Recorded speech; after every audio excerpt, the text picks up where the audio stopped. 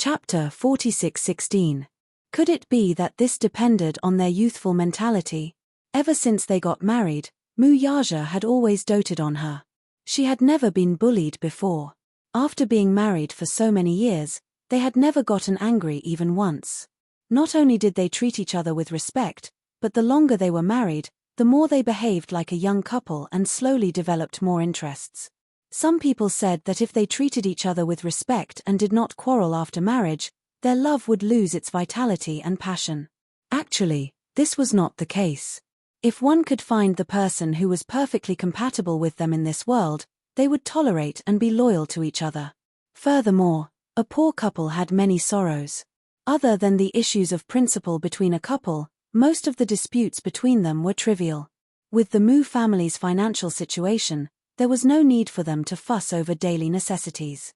Hence, they did not have the chance to quarrel. Most importantly, everyone in the Mu family was dedicated to protecting this family. Be it Muyaja, Yunshisha, Muichen, or Yuntianyu, they all knew how difficult it was for this family to get to where it was now. Hence, every member was protecting each other. During their adolescence, Muichen and Yuntianyu did not even last long in their rebellious phase. Both of them had gone through life and death situations and cherished each other immensely. Your daddy and mommy went on a trip again? They are out all year round. It just so happened that Yueyao's exams ended, so they picked up Yuyao and went on a road trip to Country M. Jiyu Changza facepalmed. I'm so envious. Back to the topic, why are you buying a house? Jiyu Changza and Yun Tianyu looked at each other and winked mysteriously. I'm married. Yun Tianyu was so shocked that he almost spat out his coffee. You're married? Yes. Yun Tianyu felt unwell all over. That's why I want to buy a wedding house. Jiyu Changza did not forget to remind him. Remember to give me a 50% discount. Who said I'll give you a discount? Yun Tianyu disapproved. I don't remember promising you a discount. Jiyu Changza said, did you forget that you said that if I'm the first to get married, you'll sell the house in the Spring River Heavenly Seal to me at a 50% discount?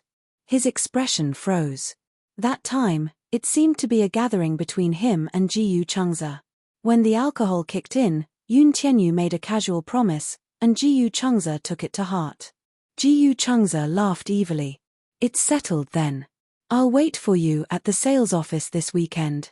Why are you waiting for me? Who has the authority to give a 50% discount in the sales office? Jiyu Changza rested his chin on his hands. It seems like only you have this right. Yun Tianyu's eyes turned cold. Ah, right. Jiyu Changza furrowed his brows and thought of something else. I remember you promised me that if I was the first to get married, you would give me a house and a Maybach. A Mercedes-Benz Maybach would cost at least 2 million yuan. However, no matter what, the 2 million plus yuan was nothing compared to the 50% discount on the Spring River Heavenly Seal. Yun Tianyu's heart throbbed painfully. Although he was in charge of Shengyu, the difference of more than 10 million yuan was close to 20 million yuan. He had to pay for it himself. Chapter 46:17. Yun Tianyu could no longer hold it in. His handsome face was filled with disdain. Jiyu Changza, do you want me to warn you not to push your luck? Don't tell me you're marrying that Maybach just for this house with a 50% discount. Ignoring him, Jiyu Changza snapped his fingers. It's settled then. Wait a minute. He cocked a brow. Why? Are you going back on your word? No. Yun Tianyu snorted. I'm a man of my word. I can't possibly ruin my reputation. Anyway, will she be here this weekend, too? Who? What do you think? Jiyu Changza realized that the her the boy was referring to was Bai Zi. She'll be here. Are you going to pay in full or take a loan? Full payment. Yun Tianyu felt a little better now. If this fellow did not pay in full even with a 50% discount, he would definitely kick him out of the office. Leaving Shengyu building, Jiyu Changza was secretly pleased at the thought of Yun Tianyu's heartbroken expression earlier. Since they were young, Yun Tianyu had always suppressed and bullied him. Now that he had suffered such a huge loss, he could finally turn the tables. Just as he got into the car, Bai Zi suddenly called. He picked up the call and heard her careful voice on the other end. Hun, hubby, I have something to discuss with you. Her way of addressing him was extremely pleasing to his ears. What's the matter? What's the matter? That. Can we postpone the purchase of the house for now? Zeddy's hesitant voice made his heart ache inexplicably. He was puzzled. What's the matter? I've asked around. The house at Spring River Heavenly Seal is really expensive. I can't afford it now. I've thought of taking a loan with you, but I'm afraid that I can't afford it. Hubby, it doesn't matter where we live. I just don't want you to bear so much pressure. She finally mustered up her courage and told him her heartfelt thoughts. Her heart ached for him. It was not worth it to bear a debt just to buy a house. Jiyu Changza was touched when he heard this. Did this silly girl really think that he was an ordinary salaried worker? However, he did not tell her his identity. Such an intimate nickname was on the tip of his tongue time and again, but he could not bear to say it out loud. He was afraid that she would forget about him. That was one of his concerns. He still hoped that she was with him not because of the memories of their youth. He wanted to start afresh with her. Still, what he said was true. Strictly speaking, he was indeed receiving a salary from GU Corporation. The position of CEO was only in name for the time being, and it was based on an annual salary. She was a salaried worker with a salary of a few thousand yuan a month. Jiyu Changza smiled and said, "Who said anything about a loan? I'm going to buy it in full. Full payment. Yes, with you." Many local people had to sell their ancestral property to afford a house. Chapter 46:18. Ran stared at the computer screen. Before she could react, a female colleague came up to her. "Ran, have you thought about it? Do you plan to buy a house at the Spring River Heavenly Seal? If you do, I'll ask my aunt if she can give you a discount." She paused and tried to persuade her again, "Don't believe what others say about a 50% discount. That's impossible. How can a house at the Spring River Heavenly Seal be sold at 50%? The developer will lose money." "Oh." Rant's eyes widened in confusion. "But my husband said that he's already booked it. Let's go to the sales office this weekend. If we're satisfied with the layout, we'll buy it." "Really?" At that moment, everyone in the office gathered around. Everyone was shocked that Ran wanted to buy a house at the Spring River Heavenly Seal. Everyone in the company, including the CEO of the design company, was renting a house. A house in the capital was not something that could be bought easily. Without a net worth of tens of millions, who could afford a house in the capital? Even the B-list celebrities in the entertainment industry were renting houses. They could not afford one at all. "Ran, your husband is so rich. The houses at the Spring River Heavenly Seal are all garden-style houses with sky gardens. They're easily hundreds and dozens of flats. They're worth tens of millions." "Exactly. Ran, did you marry a rich second-generation heir? He drives a Phaeton. The license plate is so good. He must be running a company." Some of them were really envious of Ran. Some of them were still suspicious. Ran was obviously bragging. Many of her colleagues in the office dreamed of settling down in the capital. However, the capital was only so big. With so many people squeezing into the capital, those who stayed in the end were the cream of the crop. Ran was annoyed by the questions. "We'll talk about it when the time comes." She was too lazy to explain so much to them.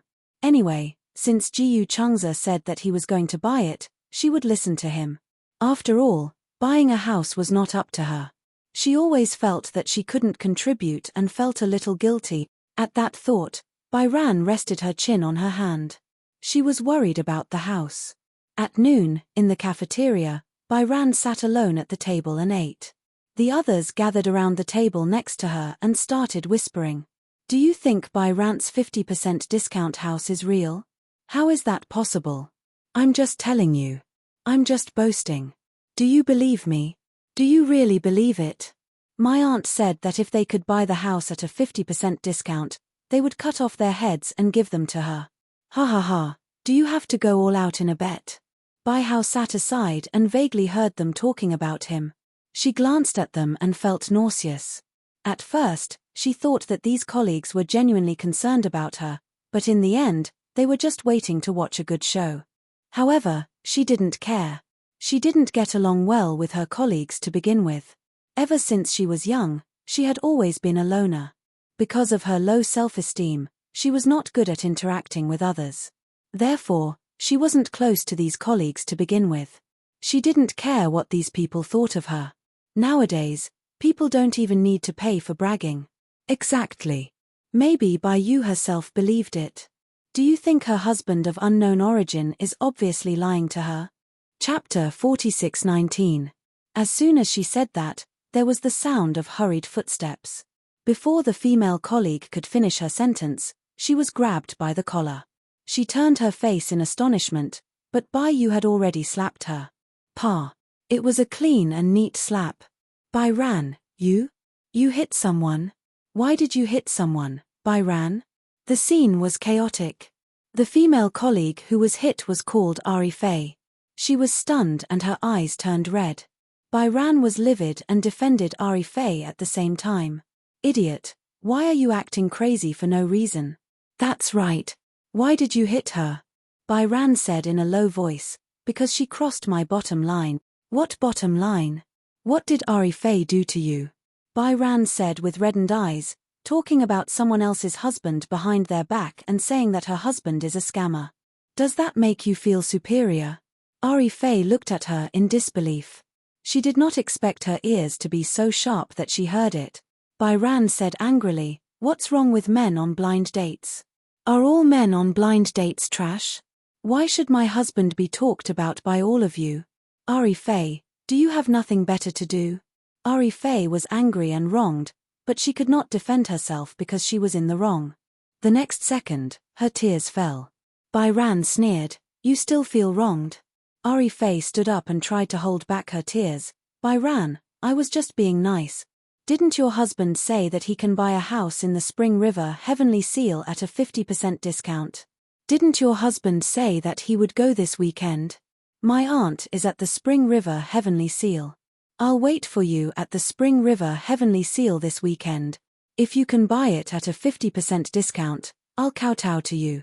If your husband is bragging, then both of you will kneel in front of me. Is that the problem? Bai Ran was confused. Is the problem whether he can afford the house? The problem is, what right do you have to say that my husband is a scammer? Since he's already married, why would he lie to you? If he can't afford a house in the Spring River Heavenly Seal, then he can't afford it. Why is he bragging? If it's not a scammer, then what is it? Wake up. With that, Ari Fei kicked the table away, turned around, and left. Bai Hao was also enraged. The situation was extremely awkward. The director of the design office suddenly walked over and saw a few people gathered in a circle. Everyone's expression was stiff and he was a little puzzled. What happened? Bai Hao didn't say anything. He turned around and left, leaving the director bewildered. What's going on? Why do you look so unhappy? Who provoked her? She had a fight with Ari Fei. Why did you quarrel? A talkative colleague told him about the enmity between Bai Qiong and Ari Fei. After hearing that, the director couldn't help but smile. How naive. I thought it was a big deal. With that, he shook his head and left as well. Everyone looked at each other. For a moment, they didn't know whether to sit down and continue eating or return to the office. For the entire afternoon, the entire office fell into a dead silence. Ivy had been secretly rolling her eyes. The two of them sat facing each other, separated by the glass railing. Bai Ran immediately went back to work. He drank a cup of coffee and began to draft the design seriously. Chapter 46:20. Bai Ran, why are you so serious about your work? Isn't your husband very rich? Why don't you just stay at home and take care of your husband and children? Let your husband take care of you. Bai Ran buried her head and ignored her.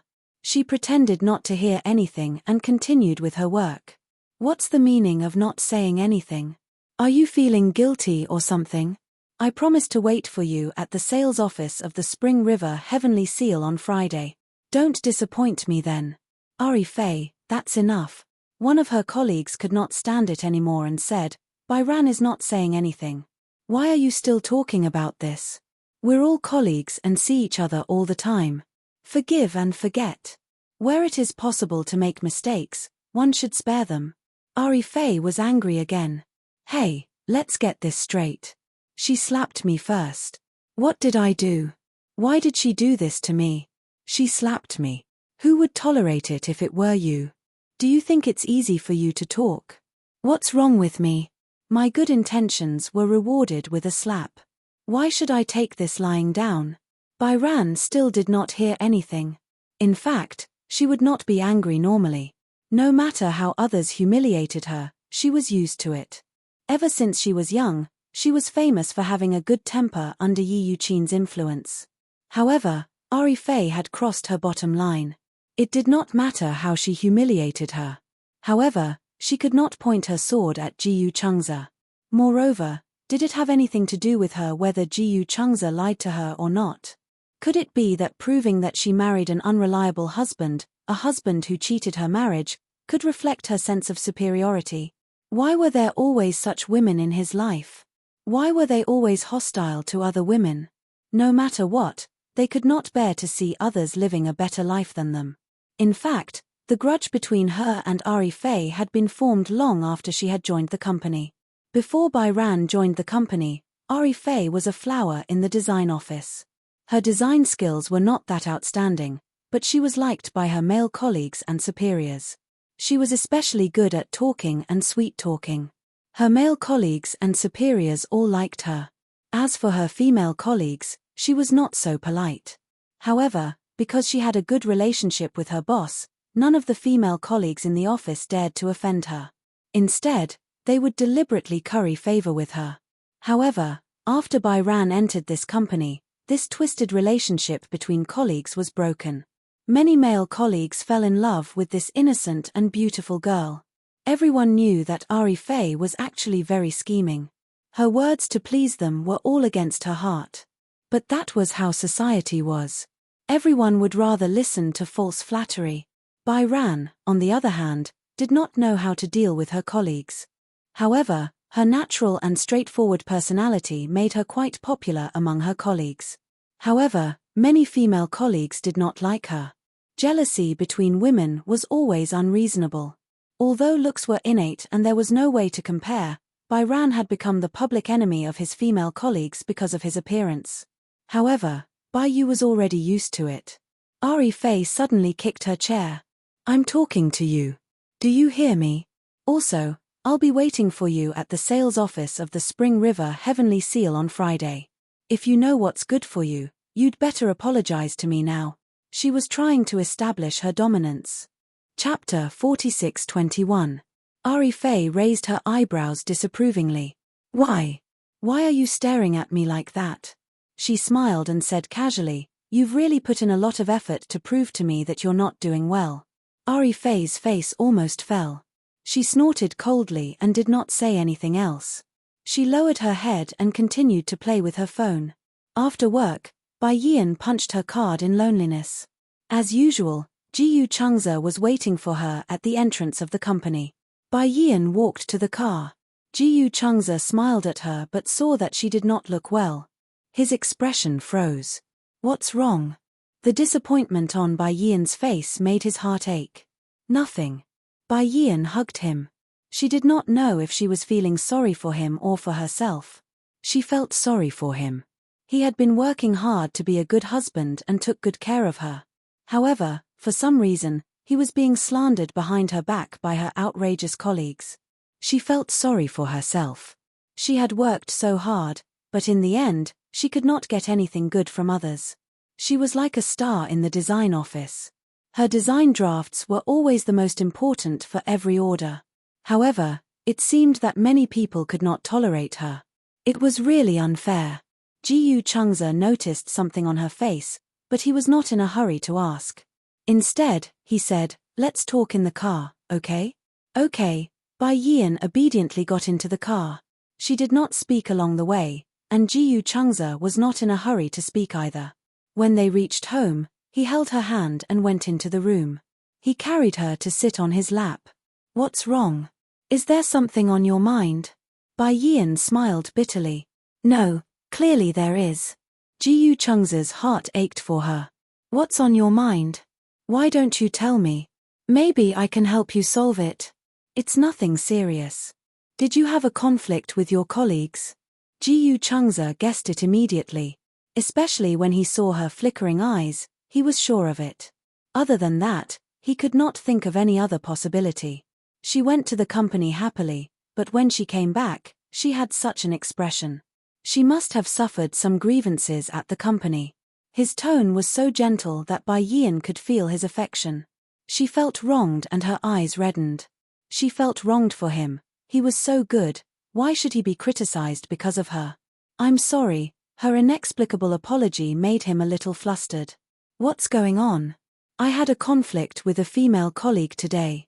She didn't want to hide it from him, so she confessed. She said that you were lying to me when you said that you wanted to buy a house in the Spring River Heavenly Seal. It's impossible to buy a house there at a 50% discount. She said that you were lying to me, and I slapped her in anger. I can't stand her talking about you like that. Bai Hao lifted his head. I don't care if you're lying to me or not. She doesn't have the right to criticize. So she argued with me. Hearing this, Ji Chungza heaved a sigh of relief. So it was because of this. He thought it was a big deal. However, this silly girl had actually fought with others in order to protect her. He really didn't know whether to laugh or cry. Amazing. I'm Shong-er. You look like a little white rabbit. I didn't expect you to be able to scratch people when you're angry. Bai Hao frowned. You're still laughing? She said that she'll be waiting for us at the Spring River Heavenly Seal sales office on Friday. Chapter 46:22. Why is she waiting for us? Bai Ran explained, she doesn't believe that you can buy a house at a 50% discount. Let her be. Ji Chungza did not take her seriously. It's not worth getting angry over this kind of person. Bai Ran was surprised. You're not angry? Was he so good-tempered? Ji Chungza smiled and rubbed her head. I'm angry. Why was he smiling when he was obviously angry? Why are you smiling when you're angry? I'm angry at her, but I don't like to bring my anger home because of someone else. Especially in front of Madam. If he was angry because of this, Bai Ran would feel even more guilty. Since he was young, Chu Ho had taught him one thing. No matter what kind of anger he suffered outside, don't bring it home. You can talk, but you can't complain. Home is a harbor, but it's not a trash can. The harmony of a family needs to be maintained together. He had remembered this since he was young. Then, Bai Ran asked tentatively, are we still going this weekend? Yes, of course. Why wouldn't we go? Ji Chungza did not think much of it. I've already made an appointment to buy it. Bai Ran was worried that if she bumped into Ari Fei and her aunt on the weekend, it would be another war. I know what you're worried about. Don't be afraid, I have a way to solve it. Ji Chungza rubbed her head lovingly. You just have to wait for the signature obediently. Signature? Bai Hao was bewildered. Sign what? The property contract. Ji Chungza did not know whether to laugh or cry. You need to sign a contract to buy a house. Don't you want to sign it? No, no, no. Bai Ran quickly waved her hand. I'd better not sign it. This time, Ji Chungza was really dumbfounded. What? He suddenly held her face in his hands and knocked on her head seriously. Bai Ran slapped his hand away. What are you doing? Ji Chungza said seriously, I'm trying to see if there's a brain in your head. Bai Ran was speechless. Was he mocking her for being stupid? I just feel that I didn't do anything. It's a little embarrassing to sign my name. It doesn't matter if you write it or not. You have a share in the house. We are married, so this is considered a joint property. You can't escape. Bai Hao was even more confused. Then why do I have to sign it? Ritual. Ji Chungza didn't think much of it. I think that the real estate certificate needs to have 2 names on it. Only then will it feel like a family ceremony. Bai Ran nodded, then I will work hard to earn money to support my family. Idiot. He should be the one raising her. With such a small body, he still wanted to compete with him to be the head of the family. Dream on. Bai Hao suddenly hugged him. Did I cause trouble for you? Ji Chungza said seriously, even if you're a troublemaker, you're still my wife. You're my wife. Bai Hao was amused by his serious tone. Ha ha ha. She laughed for a while, then suddenly sighed. Ji Changze was caught off guard by her emotional roller coaster. Why are you sighing? Do you know? Bai Ran suddenly hugged him tightly. I haven't known you for long, and we just got married. However, since we were young, you were the one who treated me the best. He couldn't believe it. Chapter 46-23. Hearing him call her his wife, Bai Yu blushed. She lowered her head, a little embarrassed to let Ji Changze see her red face. However, Ji Changze had the intention to tease her. He held her chin and lifted it up. Wife, why is your face red? Are you teasing me on purpose? Bai Yu was so angry that she laughed and punched his shoulder with her small fist. Ji Changze immediately covered his shoulder and pretended, ouch, it hurts, you're still pretending. Bai Yu was even more amused and chased after him. Ji Changze ran to the sofa and held a pillow defensively. Bai Yu also picked up a pillow and threw it at him. Even if it was a soft pillow in his hand, Ji Changze could not bear to fight back. He was smashed by her all the way. The two of them were messing around. Okay, stop messing around.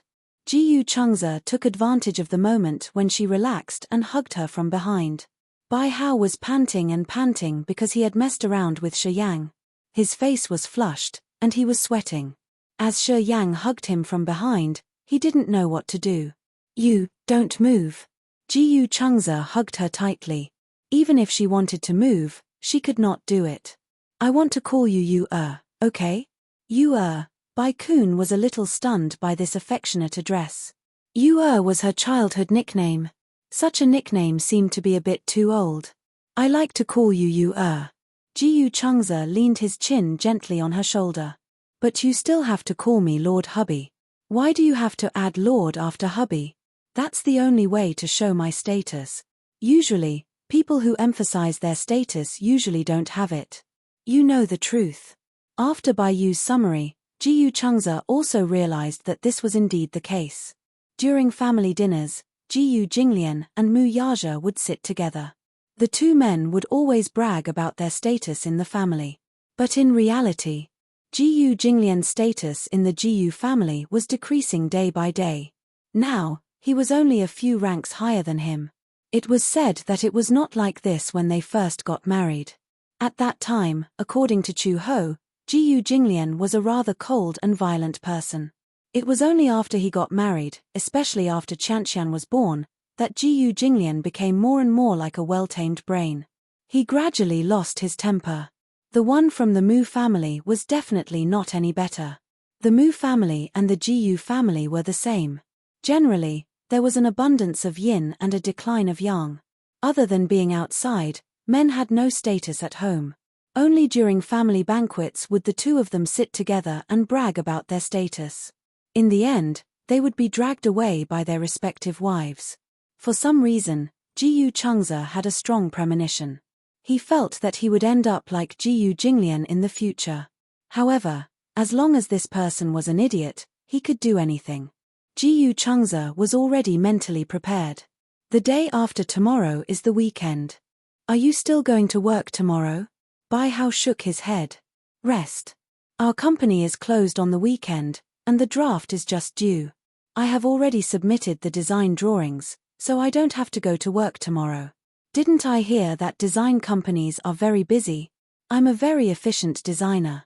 Chapter 46-24. Then prepare the documents tomorrow. On the weekend, we'll go to the sales office. If we like it, we'll book it immediately. Okay. Bai Ran was very touched and suddenly said, thank you. What are you thanking me for? Bai Ran turned around and looked at him with red eyes. Thank you for letting the lights in this city belong to me. Thank you for giving me a home. When Ji Changze heard this, he suddenly laughed. Isn't this what I should do? No one's sacrifice is deserved. Bai Ran said seriously, I will cherish you even more. Silly. Ji Changze rubbed her head. All girls in the world should be pampered. Isn't that right? Bai Ran hugged his waist and closed her eyes, listening to his powerful heartbeat. Perhaps it was at this moment that her heart was truly moved by love.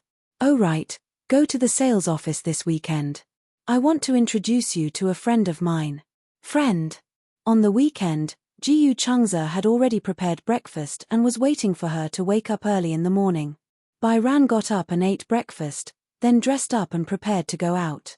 She completely forgot about Ari Fei's words until she entered the sales office and saw Ari Fei sitting on the sofa.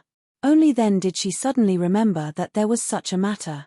Ari Fei originally thought that Bairan would definitely not come. She would just treat it as a visit and play and prepare to leave in the afternoon. However, when Bairan appeared at the sales office, Ari Fei stared at her for a while, but Bairan did not even notice her. Until Ari Fei walked over and called out to her, "Hey." Bairan turned her head and saw Ari Fei. Only then did she remember the bet between Ari Fei and her. Although it was a one-sided bet. "You really came?" Ari Fei looked at her with disdain and glanced behind her. However, when her gaze landed on Jiyu Changza's body, her expression froze because of his unparalleled good looks. It was not that she had never seen Jiyu Changza before, but she had only seen him from afar. The man quickly got into the car.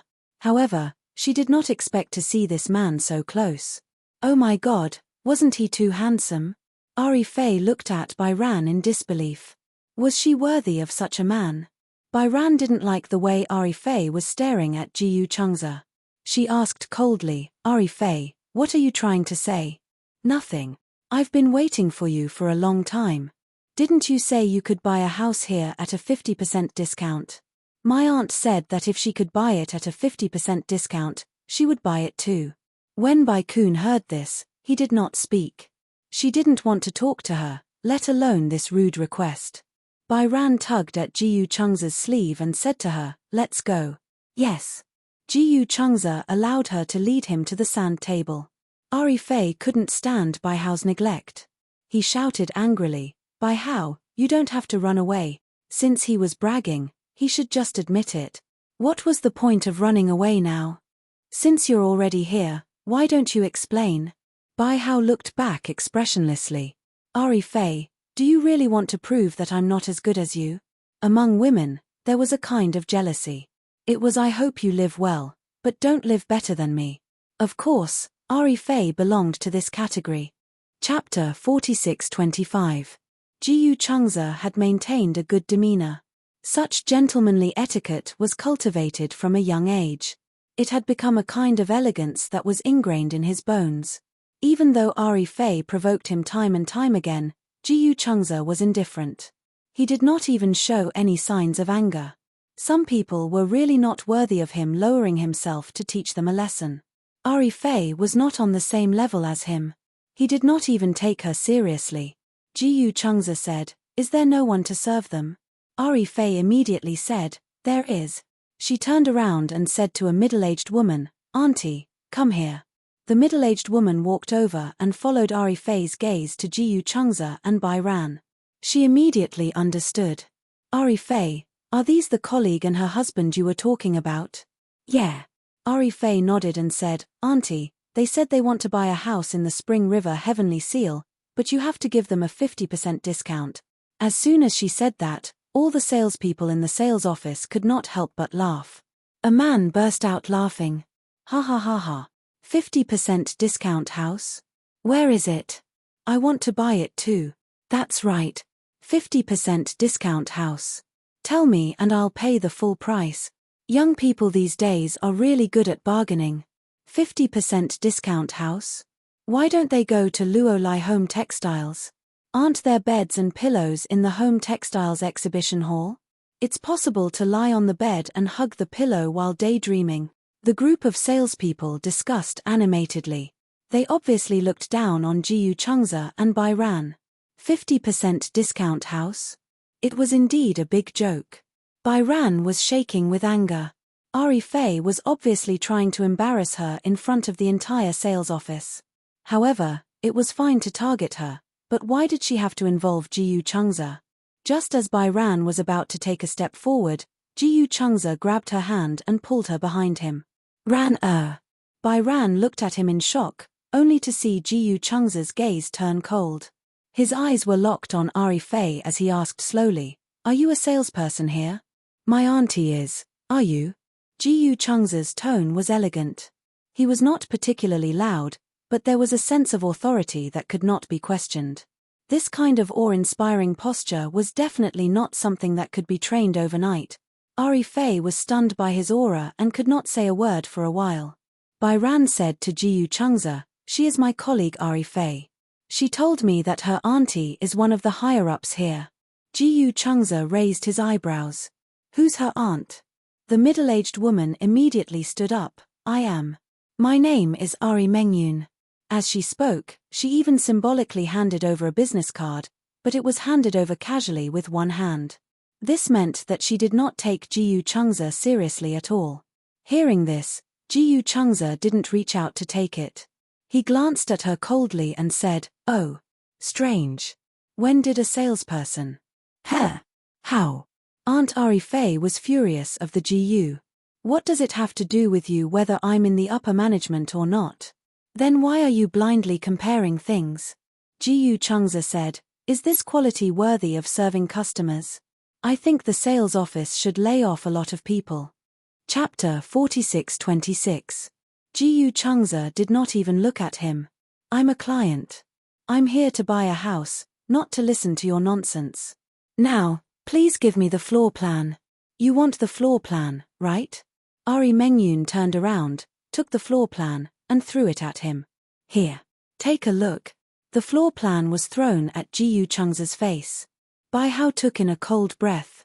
When he turned around to look at Ari Fei, his eyes were bloodshot. "What are you doing? Didn't he want to see the floor plan?" Ari Mengyun was furious. "Why are you acting all high and mighty at such a young age? A house with a 50% discount. I'll teach you a lesson today. There's no free lunch in this world. A house with a 50% discount. Dream on."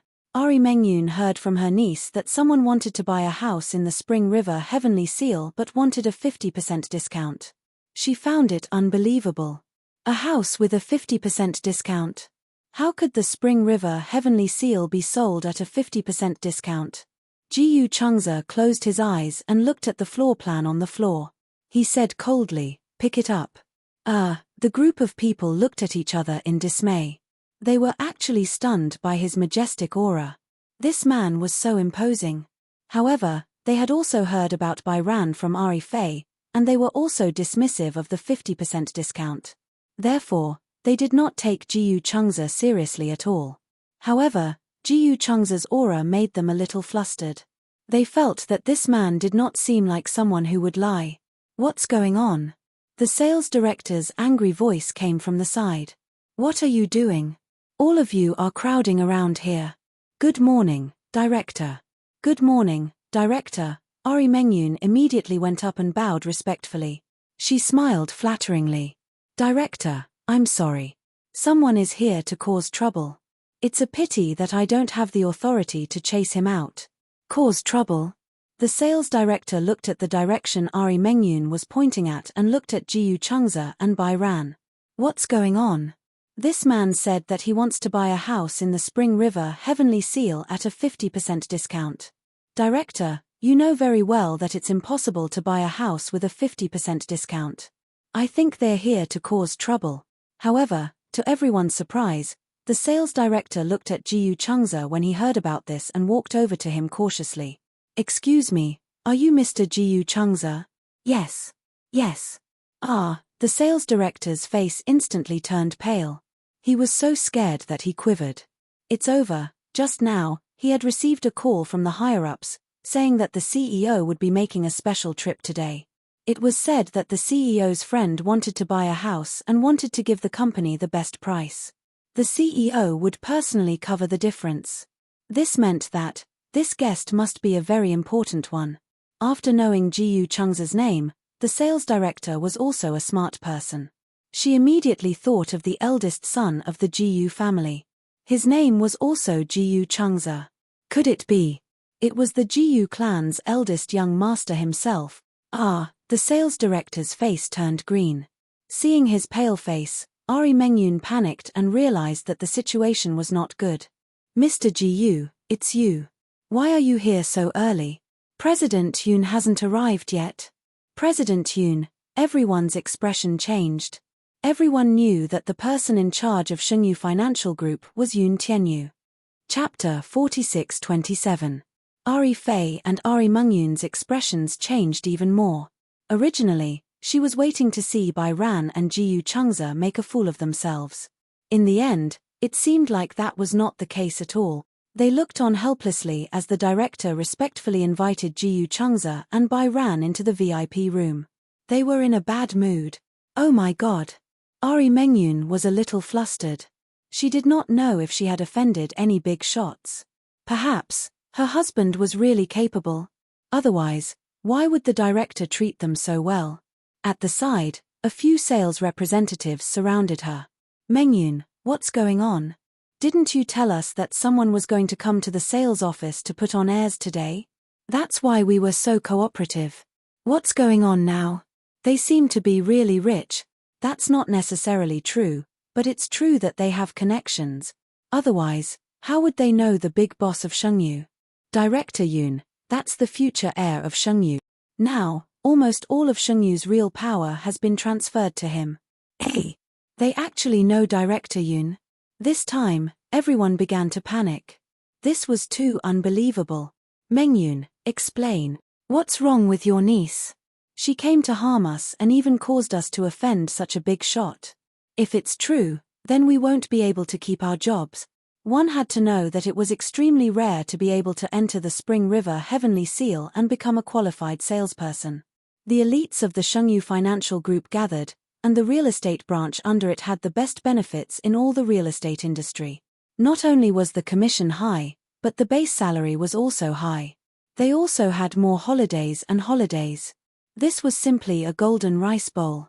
If the sales were done well, there would be a lot of room for appreciation in the future. There were more internal transfers within the corporation, and there were also more job choices. To be able to enter the Spring River Heavenly Seal sales office, they wished they could sharpen their brains and fight their way out. In the end, after encountering such a thing, they would probably lose their jobs. Everyone began to tremble with fear. Mengyun, what do you say? Say something. Ari Mengyun was being criticized by everyone. She turned around and looked at her niece with a panicked expression. Ari Fei, what's going on? I don't understand. Didn't you say that they were bragging? Auntie, I also asked you. I asked you if I could buy a house with a 50% discount. Didn't you say it was impossible? I was sure that they were talking nonsense. Ari Fei was also very innocent. Besides, if she really had some background, why would she come to work? If it were her, she would be able to enjoy the fruits of her labor at home and not have to go to work if she had a husband who was a senior executive of the Shengyu Corporation. Wouldn't it be great to eat, drink, and play every day? Why would he still need to work? Ari Fei, don't you want to find out who he is? Exactly. What are you going to say if we lose our jobs because of this? A group of people surrounded Ari Fei. Panic was written all over their faces. Ari Fei was even more at a loss. She looked at Ari Mengyun and wanted to cry but had no tears. What are you all doing here? The general manager of sales scolded him from behind. Everyone turned around and saw the sales manager and a group of bodyguards escorting a handsome man over. Chapter 46-28. Sometimes, men were really unscientific creatures. They were not like women, who always used skincare products and did not pay attention to their skincare, yet they appeared much younger than their actual age. Most importantly, Yun Tianyu was born with a delicate baby face. It was not that his face was as adorable as a baby's, but he was clearly in his 20s, yet he looked like an 18-year-old high school student. In addition, he did not like to wear suits and preferred to wear casual and comfortable clothes. He was not a person who paid much attention to his clothes. The most annoying thing was to think about what to wear when he went out every day. Therefore, once he came across clothes that he liked, he would buy more than 10 pieces at once. Compared to Yun Tianyu, Mu Chen paid more attention to his appearance after he grew up. Yun Tianyu always complained that he dressed up fancily when he went out every day. Actually, it was not fancily dressed, it was just that he dressed more exquisitely than him. However, no matter how simple his attire was, it could not hide his good looks. The moment Yun Tianyu walked in with the crowd, many people in the hall were shocked. This was the first time they saw Yoon Tianyu in person. It was all thanks to Jiyu Changze. Otherwise, how could they see the president's face in person? This is the president of Shengyu Financial Group. Are you for real? This man looks way too young, doesn't he? If not for his posture and extravagance, I would think that he is someone's son. Oh, God. Only when the group of people saw him enter the VIP lounge did they regain their senses. Oh, God. Bai Ran and Jiyu Changze really knew Shengyu's president. GG. When Yoon Tianyu walked into the VIP room, he saw the director repeatedly apologizing to Jiyu Changze. He frowned and asked quizzically, "What's wrong?" Bai Ran raised her head and saw a handsome young man walking in. She thought that he was someone who had just graduated from high school, but when she saw him greet Jiyu Changze with a clear and mature voice, she realized that this man was in his 20s. He should be the friend that Jiyu Changze mentioned, right? It was said that he was a senior executive in Shengyu Financial Group. As for his position, she did not ask too much.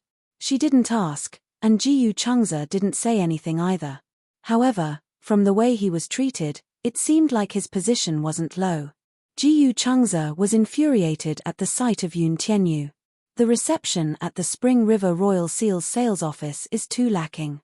Yoon Tianyu raised a brow. What's wrong?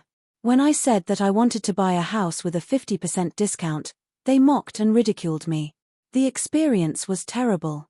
Hearing this, Yoon Tianyu's face darkened slightly. He glanced sideways at the general manager, who immediately understood what was going on. Don't worry, Director Yoon, I'll handle it well. With that, he bowed and left. Yoon Tianyu sat opposite the man and lamented, buying a house at a 50% discount is indeed a joke. Selling the Spring River Heavenly Seal to you at a 50% discount is equivalent to a pie falling from the sky. Hearing this, Jiyu Changze's mood instantly improved. It's been hard on you. Yoon Tianyu's lips curled into a smile. His gaze then landed on Bai Zi, who was standing at the side. At a glance, he felt as if he had seen him somewhere before. Where have I seen him before? I remember now. Chapter 46-29. He sized her up, and the latter noticed his scrutinizing gaze. For a moment, she became even more nervous. What's wrong? Bai Ran tugged at Jiyu Changze's sleeve gently and asked carefully, why does he keep staring at me? Yoon Tianyu chuckled. Because you're pretty. She felt awkward for a moment. She had clearly lowered her voice, but she did not expect him to hear it. He actually answered her so bluntly. Her face turned even redder. Just as they were talking, someone knocked on the door. Yoon Tianyu turned around. Come in. Just as he said that, the director walked in quietly and cleared his throat. I've done a head count. How should we deal with these 10 employees who offended Master Jiyu and young Madam Jiyu? They want to apologize personally, but I'm not sure if Master Jiyu is willing to do so. Jiyu Changze calmly replied, I'm not willing. They had the freedom to apologize, but he also had the right to refuse to accept it. Not all mistakes could be summed up with 1 or 2 apologies. There were some things that caused harm that apologies were useless. Then, how should we deal with them? Yoon Tianyu curled his lips and said, let's do it according to the old rules. Jiyu Changze's interest was piqued when he heard that. The old rules. In Shengyu, where the elites gathered, the reward and punishment system was very clear. After Yoon Tianyu took over as the CEO, he redefined the reward and punishment system. The employee's income and base salary might not be high, but the commission and bonus based on their performance were very impressive.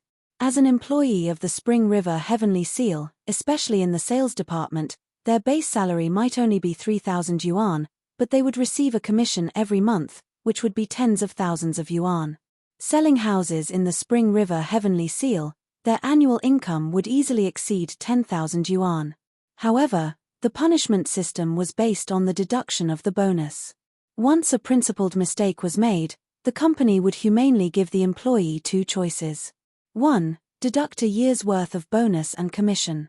Spring River Royal Seals sales department only gave out 20% of the commission every month, and it would be paid in one lump sum at the end of the year. Hence, if a year's worth of bonus and commission were deducted directly, it would be a huge loss. Would it not hurt to have a few 100,000 yuan deducted at once? The second situation was that the company would give out 50% of the commission, and the employee would take this money and leave. The company would fire the employee. One was a loss of hundreds of thousands, while the other was a loss of a golden rice bowl. It was hard to choose between left and right. To an employee, this was undoubtedly a great torture. Hearing this, the director immediately nodded and left. He went to the sales lobby and announced the matter to a group of guilty employees. What? Ari Mangyun's reaction was the biggest. This is too hard to choose. One is a loss of at least a few 100,000 yuan, and the other is directly fired. How are we supposed to choose? The director said calmly, "Dream Clouds, you don't have this problem." Oh! When Ari Mengyun heard this, her emotions immediately eased a little. "I don't need to be punished." The director said, "You're fired." What? Ari Mengyun jumped up again. "I was fired." The director said, "Yes, the CEO said that you can pack your things in the afternoon. You don't have to come to work tomorrow." Ari Mengyun was dumbfounded. Chapter 46:30. After a pause, the director explained, "Oh, you've violated the company's rules and regulations. According to the rules, you won't be able to get your bonus and commission starting from January this year. Next month, your basic salary for this month will be sent to your account." "I don't accept it." Ari Mengyun jumped up to protest. This was a big deal. One had to know that in order to join the company, she had to rely on a lot of connections to be able to enter the Spring River Heavenly Seal. In January this year, her performance had broken a new record, and she was the sales champion of the real estate sales office. After that, she sold many villas for the next few months. Therefore, in the real estate sales office, she was very favored by the leaders. It was fine if she was fired, but if her bonus and commission were deducted, it would not be just a few 100,000, but more than 2 million commission. More than 2 million. She was going to buy a house this year. This 2 million was waiting for the end of the year to make up for the down payment. If it was deducted all at once, what would she do about the down payment? Just this month, she had already signed the subscription form at the real estate sales office and paid a deposit of 500,000. If she could not make the down payment at the end of the year, then the deposit of 500,000 would not be available because of the breach of contract. This, Ari Mengyun almost cried out. "Why am I the only one who has to accept such a cruel punishment? Hasn't the company always boasted of being humane?" Mengyun, you have to ask yourself this question. You don't cherish your good job. It's fine if you offend people yourself, but how many colleagues have you implicated? The director sneered, "If it weren't for you fanning the flames everywhere, would today's matter have been blown out of proportion?" Ari Mengyun was very guilty, but she still begged, "Director, can you help me ask the president to be lenient? At least don't be so cruel. Deducting it all at once will cost a few million. Who can be blamed for this? It's all your own fault." At the side, the other colleagues were also complaining. "Ari Mengyun, it's fine if you're fired, but you're implicating us." "That's right. If it weren't for you, would we have been punished? Director, can you ask the president to make an exception? At least, don't deduct so much of our bonus. Even if it's 10% or 20% less, it's fine." Sob sob sob sob. There were already female colleagues who were so sad that they were crying. Sob sob sob. "I was the champion last month. I've deducted a year's worth of hard-earned money." The most stringent thing about this system was that even if one had to deduct an entire year's commission, one still had to work hard in the second half of the year. Every month, there would be performance standards and assessments. If they didn't meet the standards, they would be eliminated. The competition in the sales industry was very intense. Survival of the fittest. This female colleague worked very hard for the sake of her performance. Sometimes, when she was meeting with clients, those old men would touch her. She would bite her teeth and swallow her blood. She endured everything. In order to sell a villa, he had even sacrificed his own body. That big boss said that he could buy a villa, but she had to be his mistress. She didn't want to be a mistress. She accompanied the big boss on a business trip for a few days and told him everything. It wasn't easy for them to finalize this villa and get the best sales of the month. Just the commission alone was 3 million yuan. One had to know that the total price of a villa in the Spring River Heavenly Seal was easily over 100 million. Chapter 46:31. However, if she chose to get a commission, she would not be willing to give up such a good job at the Spring River Heavenly Seal. One had to know that the Shengyu Financial Group was a stage with a lot of room for advancement. She was not willing to give up such a good opportunity. Just thinking about it made her heart ache. Why else would there be a saying that trouble comes from the mouth? These words were not without reason. Trouble comes from the mouth. Just by opening and closing his mouth, he had already brought disaster upon himself. Ari Mengyun glanced at Ari Fei with red eyes. Seeing her standing there innocently with her head lowered and not even daring to look at her, she was so angry that her entire body trembled. Ari Fei, how can you harm your aunt like this? Aunt, I don't know what's going on either. Aren't you Bai Yang's colleague? Since you're colleagues, you should at least have some relationship with her. If you plead with her and she says something, perhaps everything will be fine. Ari Mengyun held on to her last hope. However, Ari Fei felt awkward. Do you want me to apologize to her? On what basis? Ari Fei had always been used to being high and mighty. If she had to apologize to Bai Yang, wouldn't she be embarrassed? However, Ari Mengyun could not stand it anymore. Ari Fei, let me tell you, your apology concerns the interests of so many of us. You have to know that if you sincerely apologize to her, we won't have to lose so much. Is your face more important or the jobs of so many of us more important? Her words resonated with the crowd. That's right. Ari Fei, if you hadn't come here to harm others, would we have been so unlucky? You have to bear the consequences of your own actions. That's right. If you don't apologize, don't even think about walking out of this sales hall today. If I don't have this job, you won't have a good life either. Everyone was filled with righteous indignation. If this was because of a mistake at work, they could not blame others. However, if they lost their jobs because of Ari Fei, they would attract public anger. All of them glared at Ari Fei as if they could eat her up. Ari Fei was really afraid, but she had no choice but to bite the bullet and say, I can only try. But whether or not the other party accepts the apology is another matter altogether. Oh, don't give me that. As long as your attitude is more sincere, they won't make things difficult for you. Exactly. I see that your colleague, Bai Ran, has a good attitude.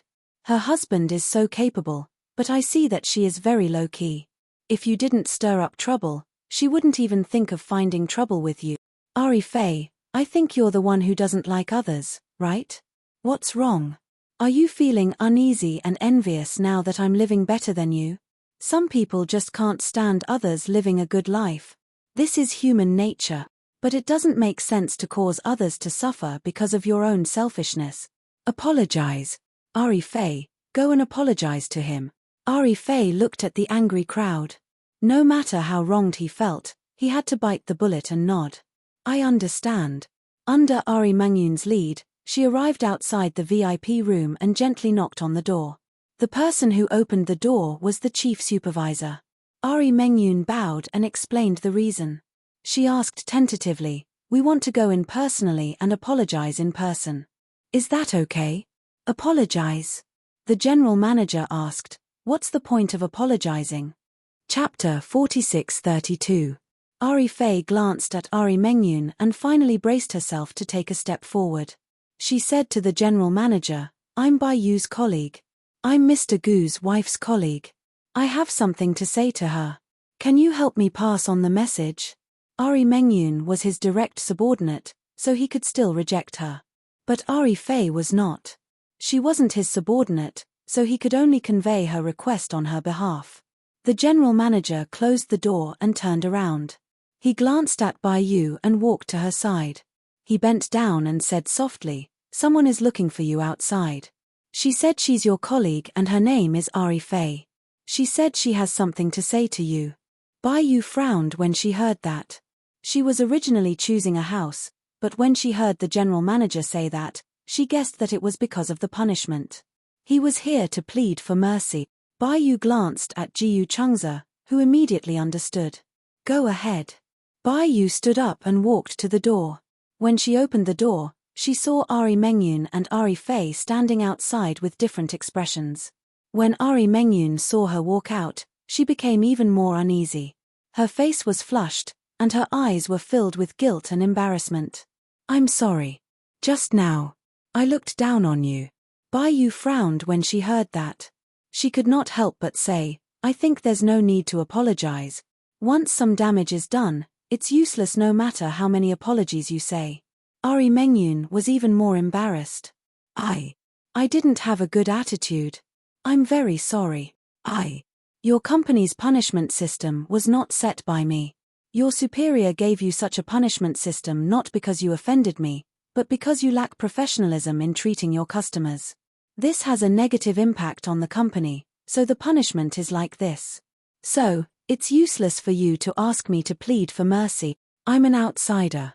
I have no right to interfere with a company's reward and punishment system. Do you understand?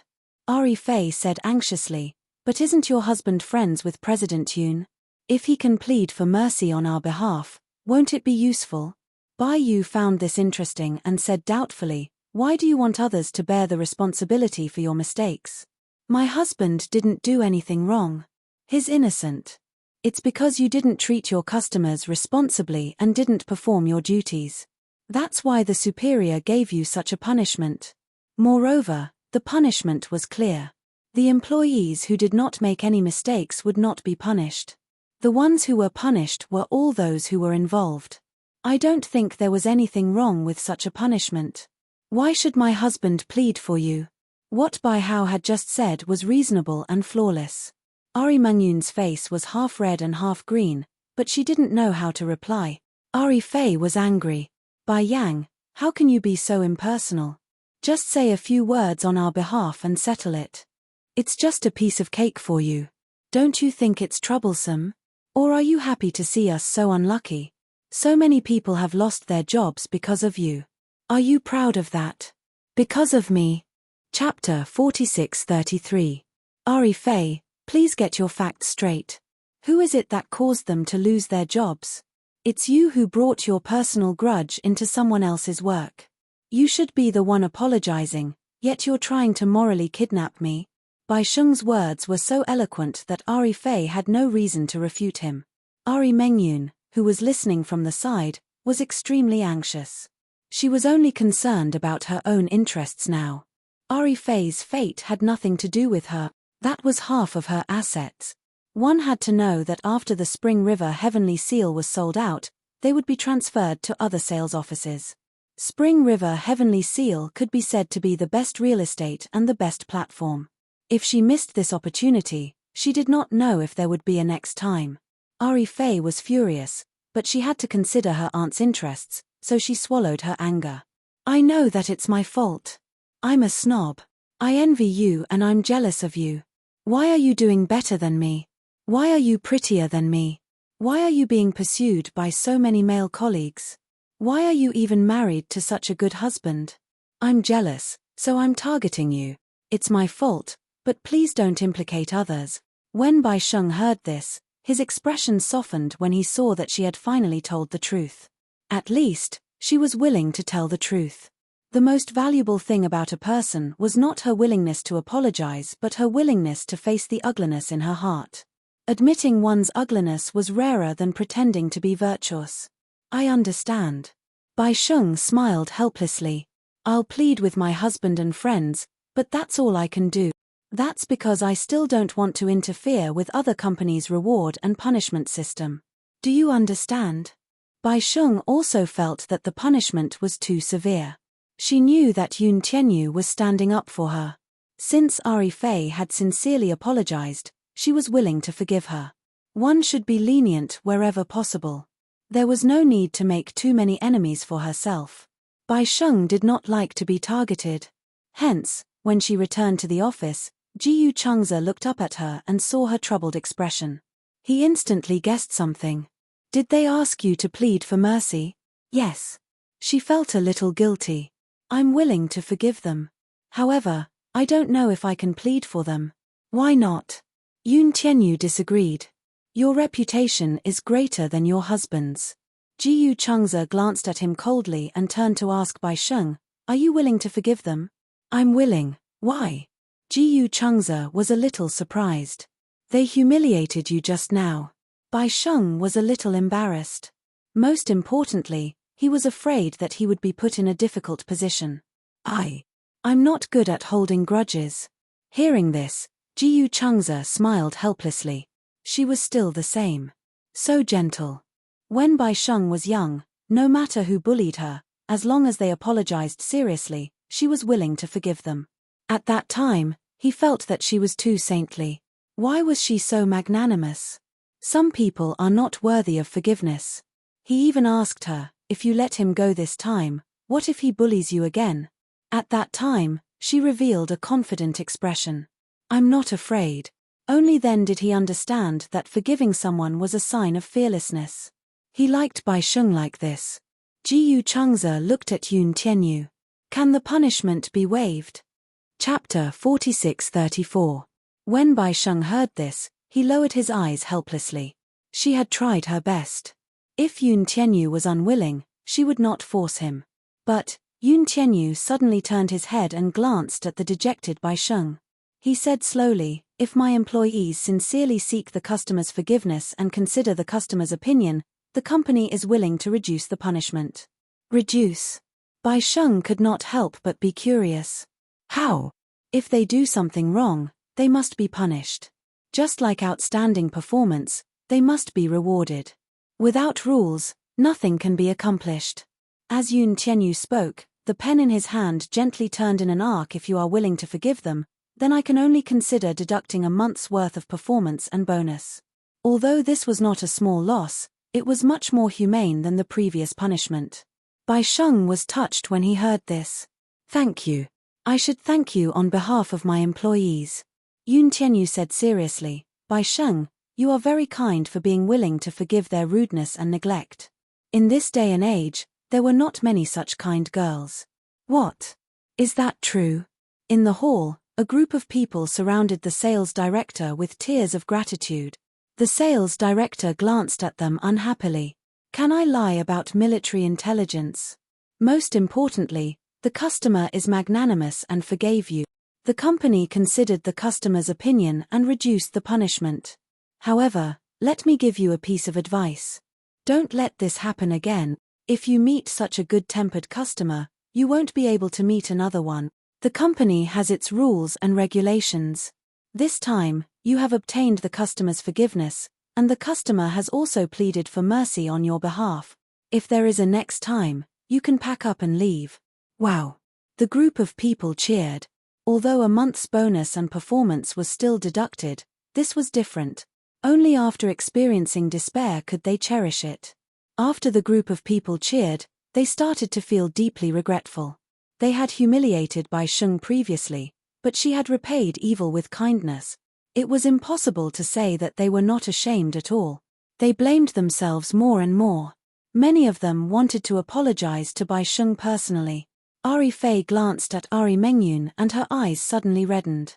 She really did not expect Bai Sheng to be willing to forgive them and plead for them. When Ari Fei had apologized to Bai Sheng earlier, she hadn't been very sincere.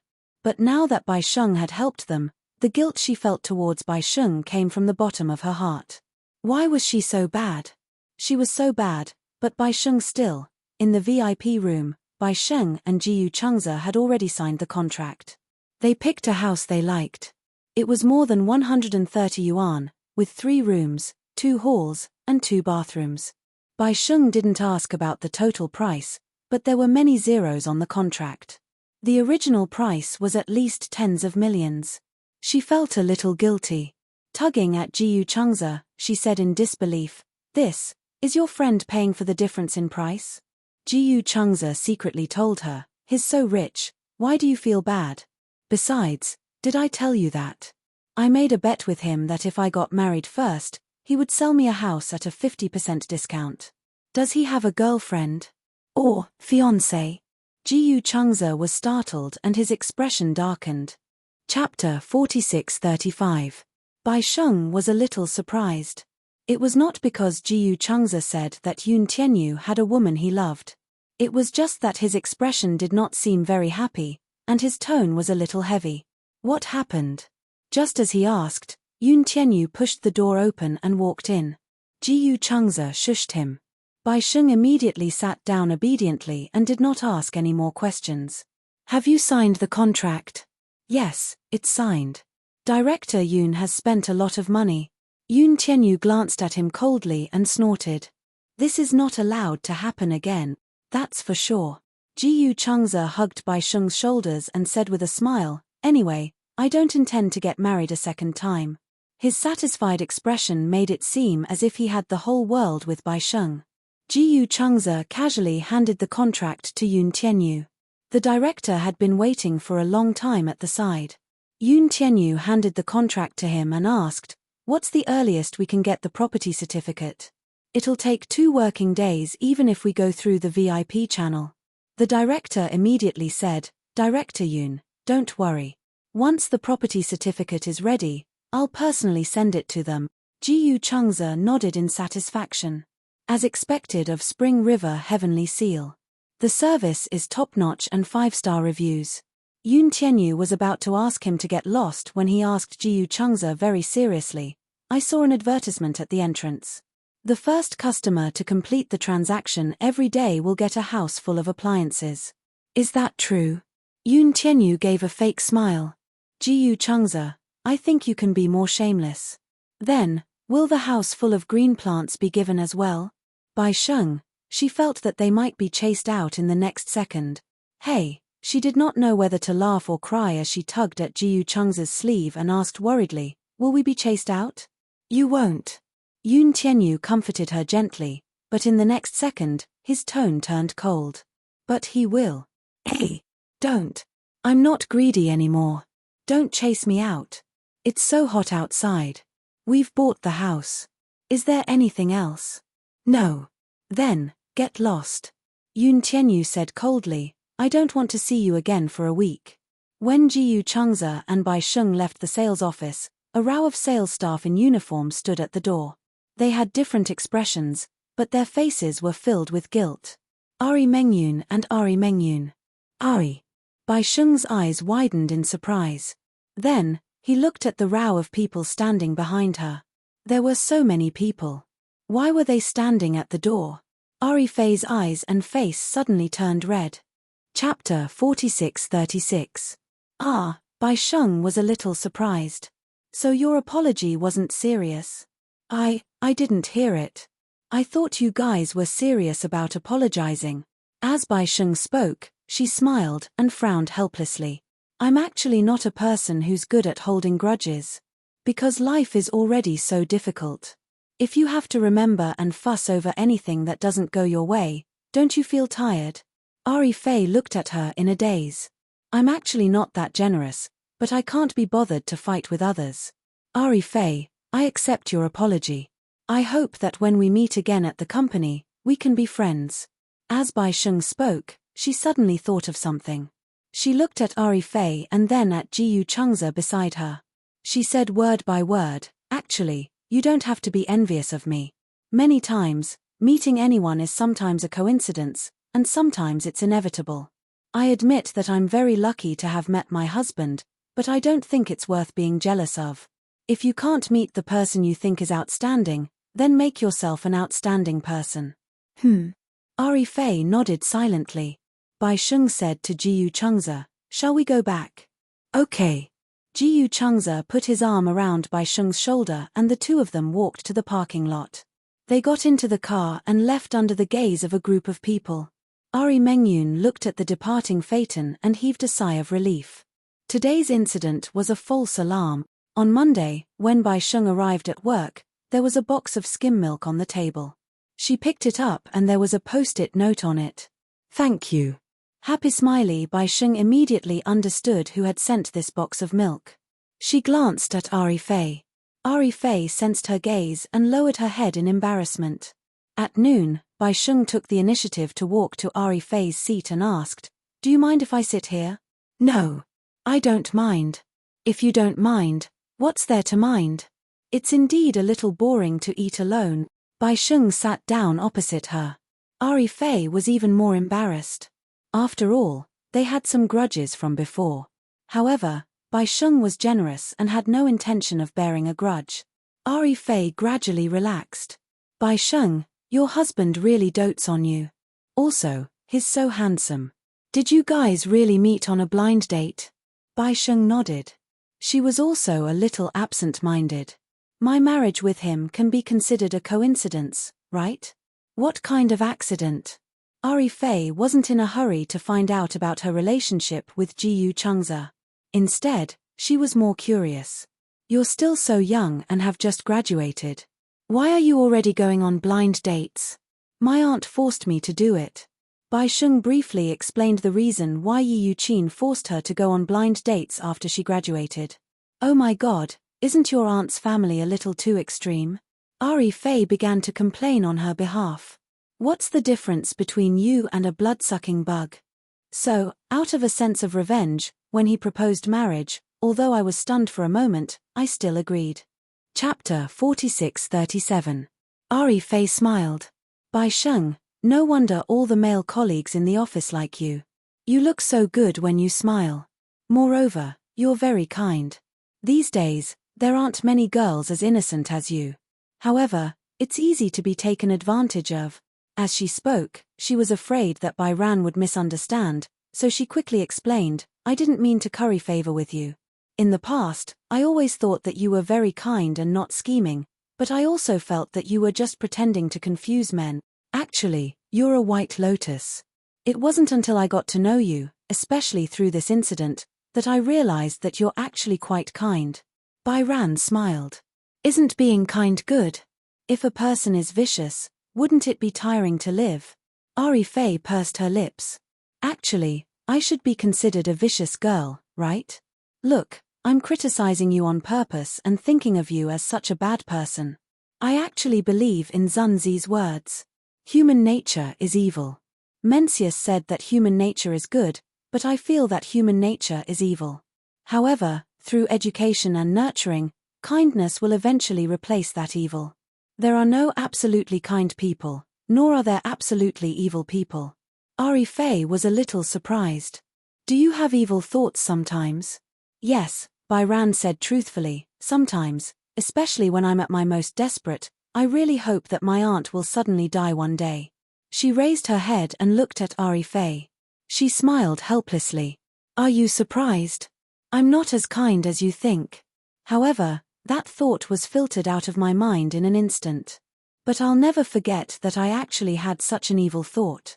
Bai Ran continued, so I feel that there's no mistake that can't be forgiven.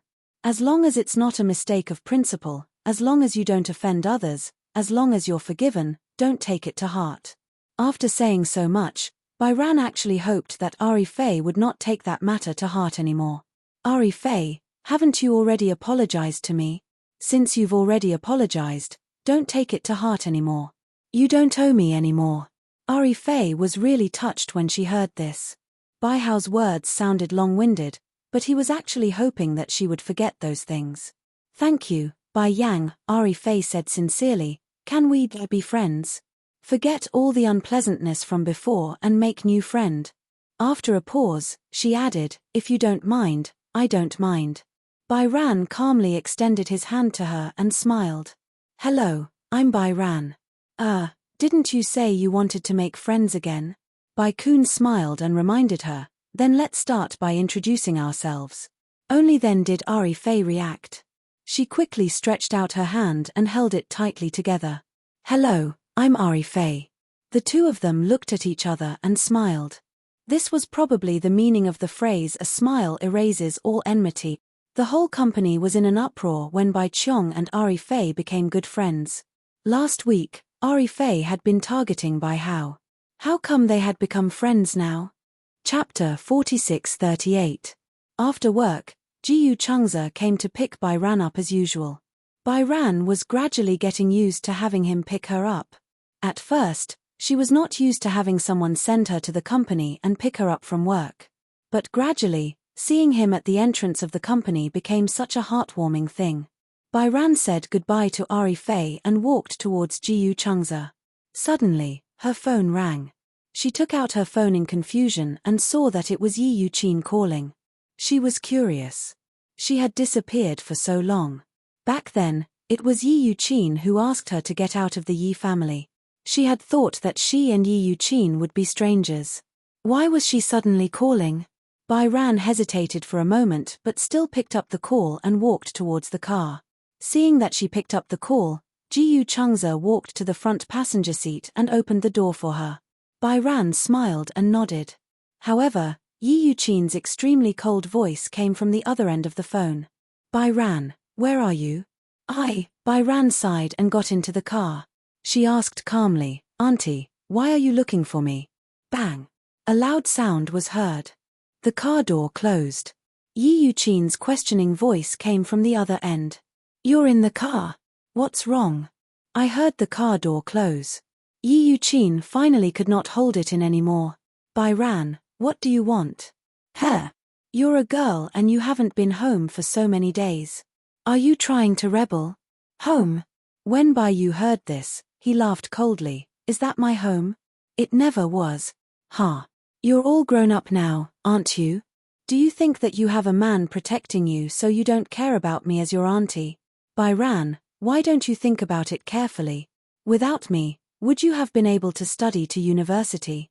Without me, would you have been able to grow up healthily? Bai Ran was speechless.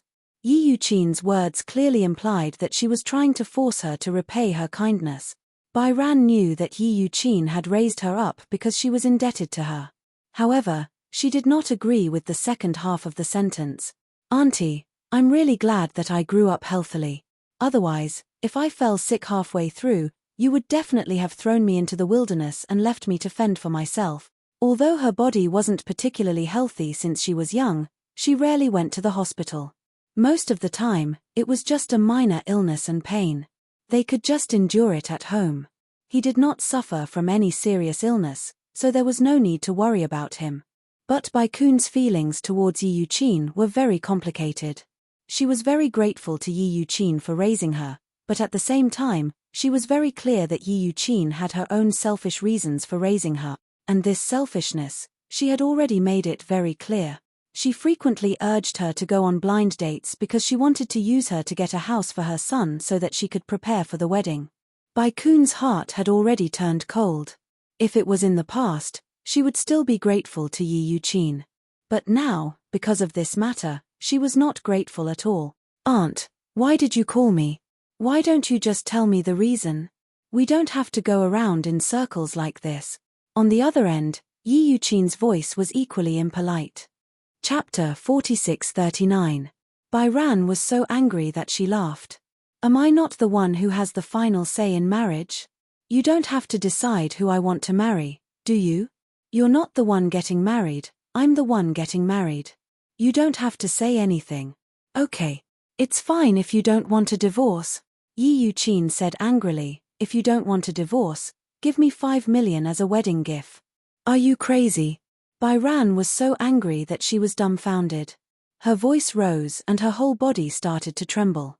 Auntie, don't be so greedy. 5 million? Who would give 5 million to their auntie when they get married? Why not? Yi Yuqin mocked, if the man who marries you doesn't even have the ability to do that, I can only say that you're blind. Bai Ran was so angry that she was confused.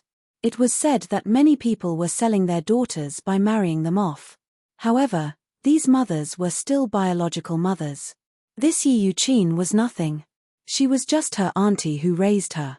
She admitted that she was grateful. Why did she have to force her to repay her kindness? The most hateful thing was, 5 million. This was extortion. No. Bai Ran rejected coldly. Auntie, I will never agree to it. I'm not asking you for it. Yi Yuqin said arrogantly, let your husband answer the phone, I'll talk to him. Why should I? Bai Ran's voice also rose. Jiyu Changza put on his seatbelt. Seeing Bai Ran's pale face, he raised his eyebrows and asked with concern, is it your auntie calling? Yeah. Bai Ran covered her phone and felt guilty. My auntie is pestering me again. Oh. Is it about the wedding gift? How did you know? Her voice was very loud. I heard it. Ji Chungza opened his hands. Give me the phone. I'll talk to her. But, give it to me. Be good. Bai Ran sighed and finally handed the phone to him with trembling hands. Ji Chungza took the phone and Yi Yuqin's impatient voice came from the other end. Hello. Hello. Bai Ran. Where the hell are you? Say something. She had been covering her phone the whole time, so Yi Yuqin lost her patience. Ji Chungza said calmly, Hello, Auntie. My name is Ji Chungza. We've met before. Do you still remember? His choice of words was very elegant, and it was obvious who was better. Little Ji. Hearing his voice, Yi Yuqin's attitude softened. I've thought about your proposal for a long time. It's not that I can't agree to it. After all, you've already gotten your marriage certificate. Even if I don't agree, it's already settled. But this marriage can't be in vain, right? I've done my best to raise White Lion and put in so much effort. I can't just let it go like that, can I? As the saying goes, a married daughter is like spilled water. Now that they were getting married in the capital, which husband's family didn't give a few million as a monetary gift? What about you? What do you think about this matter? Hearing this, Ji Chungza smiled. Auntie, you want to ask me for a monetary gift. What do you mean by asking you for it? Yi Yuqin didn't like what she heard. She said coldly, What do you mean by asking you for it? When it comes to monetary gifts, you should be the one to give it. Yi Yuqin was clearly asking for it, but she didn't want to sound bad. Ji Chungza wasn't surprised by her attitude. Chapter 4640. Yi Yuqin smiled and said, It's at least 5 million. Let me tell you, our Balian is very popular. There are many big bosses who want to marry her. They all said that as long as they can marry her, 5 million is not a problem. Balian lost her parents when she was young. She's very pitiful. If it weren't for me, who worked so hard to raise her, she might have been sent to a welfare center, let alone university. Haha. I have a lot to do with her being where she is today. Yi Yuqin kept bragging about her efforts. Balian listened from the side and covered her face. She felt extremely annoyed. She looked at Ji Chungza, unable to bear it. He had just bought a house. Although it was at a 50% discount, it must have emptied all his savings. Moreover, even if there was 5 million, she would not really let him give it to her. Ji Chungza looked at Balian. On the other end of the line, Yi Yuqin's voice was still chattering. Little Ji, right? Since you've already married Balian, I can't say anything. But don't think that you can ignore the 5 million just because you've gotten the marriage certificate. 5 million? Haha. I think you can't afford that much money. Yi Yuqin looked down on Ji Chungza. Although this man was quite handsome, at the end of the day, without money, he would not take a liking to her. If the man's family doesn't give some cash as a wedding gift, how can they get married? I'm considered half a mother-in-law to Balian. If you can't afford it, be sensible and divorce Balian. If you don't have money, don't hold her back. She has a better choice. Ji Chungza heard this and laughed softly. Oh, Balian has a better choice than me. Why didn't I know? These words were too domineering. Even though Ji Chungza's tone was not very arrogant and was calm, his words were full of cynicism and arrogance, which was vividly displayed. On the side, Balian didn't know whether to laugh or cry when she heard this. Even though his words were very arrogant, especially arrogant, they actually touched the bottom of her heart. Why didn't she realize before that the gentle and refined Ji Chungza had such a domineering side to him? Bai Yu unconsciously looked at her man with admiration. Ji Chungza held the phone. On the other end, Yi Yuqin was stunned by his words. After a long pause, she sneered. What? I said, there's no better choice than me. I am the best choice for Bai Yang. So, from now on, I will be responsible for her marriage. You don't have to worry about it. So, you don't want to give me the monetary gift? I didn't say no. Ji Chungza asked again, seeing how you raised Balian, I will give you a monetary gift. However, I don't quite understand the amount of 5 million. What's there to not understand? Reason? Ji Chungza raised his eyebrows. What do you plan to do with this 5 million? Just tell me if you can afford it. Ji Chungza smiled. If you can give me a reasonable explanation, I can afford 5 million. Bai Hao was startled. Did he just promise Yi Yuqin that? Ji Chungza, sure. Chapter 46-41. Okay, I'll give you a reasonable explanation. Yi Yuqin sat down and went over the accounts with Ji Chungza. When we were young, Bai Ran needed money to eat, right? She also needed money to wear it, right? She needed money to use it, and so did her school fees, right? I had to pay for 2 children's school fees, and that was a huge expense. Yeah. Bai Ran was disgusted when she heard that. Oh my God. Did she have to calculate money for that too? Ever since she was young, she and her cousin ate dumplings and wore what Yi Yuqin left behind. Speaking of wearing, the school uniforms when she was young cost money. They weren't expensive, only a few dozen yuan for a set, and 100 yuan for a full set of winter and summer clothes. Yi Yuqin didn't pay, so she was the only one in the whole school who didn't have a school uniform. That wasn't all. What kind of clothes were Yi Yuqin's leftover clothes? They were gaudy, old-fashioned, and too big. However, Yi Yuqin didn't have much money at that time, so she didn't have any extra money to spend on clothes. She could understand that, and she never complained. However, now that she was using this to calculate money, she didn't understand why her aunt-style clothes were worth money. Needless to say, they were used. Sometimes, after school, Bai Ran would deliberately stay behind to clean up. It wasn't because she was diligent, but because she would sweep around the classroom and secretly take the pencils and erasers that some students had left in the recycling bin. They were still usable and old. Because she didn't have any. Some students were lazy, and when their pencils were bald, they wouldn't be happy to use them again. Bai Ran would take them, cut them with a knife, and use them for herself. When she was young, she had to practice writing with a fountain pen, but the fountain pens at that time were very expensive. When she went home and asked Yi Yuqin for money to buy one, Yi Yuqin would use all kinds of excuses to say that she didn't have money. The only fountain pen she used in high school was given to her by her homeroom teacher. That was because she saw Bai Ran using a pencil in her writing class. She was too embarrassed to say that because of her shyness, the other children in the class all used fountain pens, but she was the only one who used a shabby pencil. Therefore, she gave her an extra fountain pen.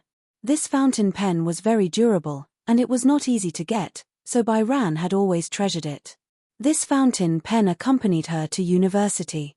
Later, when the tip of the pen broke, she kept it in her notebook. Let's talk about eating later. Bai Ran had never participated in any of the class activities, such as the spring and autumn excursions, summer camps, or winter camps. This was especially true for the summer and winter camps. At that time, the quota depended on results. Bai Ran's results were the best, but she didn't have a chance because she had to pay for it. She couldn't afford it. He had never been to the spring and autumn excursions. She could only stay at home, do her homework, and imagine her classmates participating in the spring and autumn excursions. She should be very happy, right?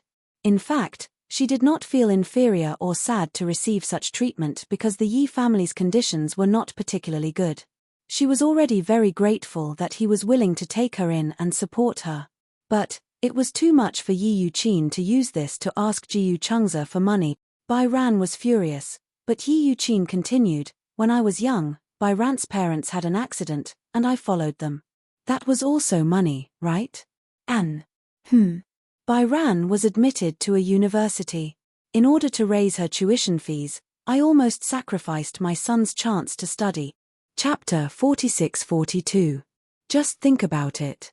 With Yi Yuqin's desire for her son to succeed, if her disappointing son had the chance to go to university, would she be willing to let him go? When she was admitted to university, he was in the middle school exams. In the end, he did not even get into a decent high school.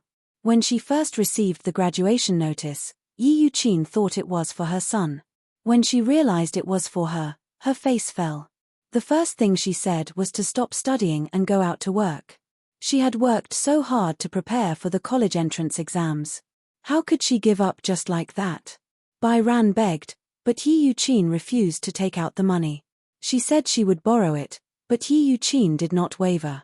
She worked for the entire summer break. In the end, with the recommendation of her high school teacher, she successfully got a student loan. However, she still needed a little more. In the end, she knelt in front of Yi Yuqin's room for an entire night before she finally agreed.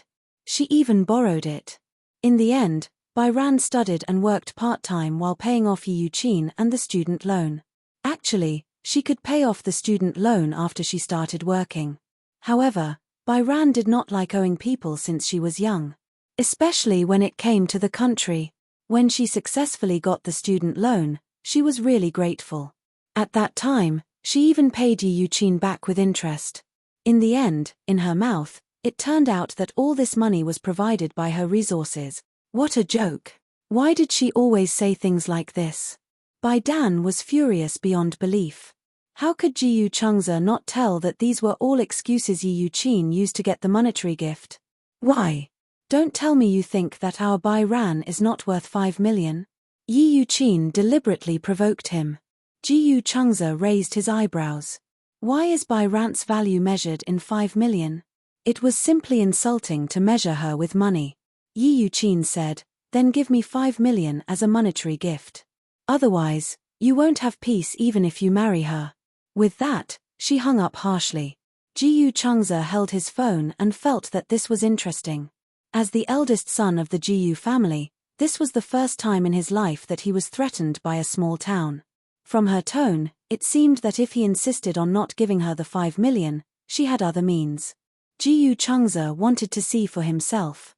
Ever since he was young, he had been by Ji Jinglian's side and had seen many dark side things, but he had digested them well. After hanging up the phone, Byran took the phone and said angrily, actually, you don't have to care about her. She has never been reasonable. I just want to hear what kind of high-sounding reason she will come up with. Byran smiled. This aunt of mine is very difficult to deal with. I've guessed it. She must have found me a next home. Next. Ji Chungza's interest was piqued. What next house? After graduation, she went around setting me up on blind dates. She specifically picked those weird-looking, middle-aged, greasy men for me. However, they were all very rich.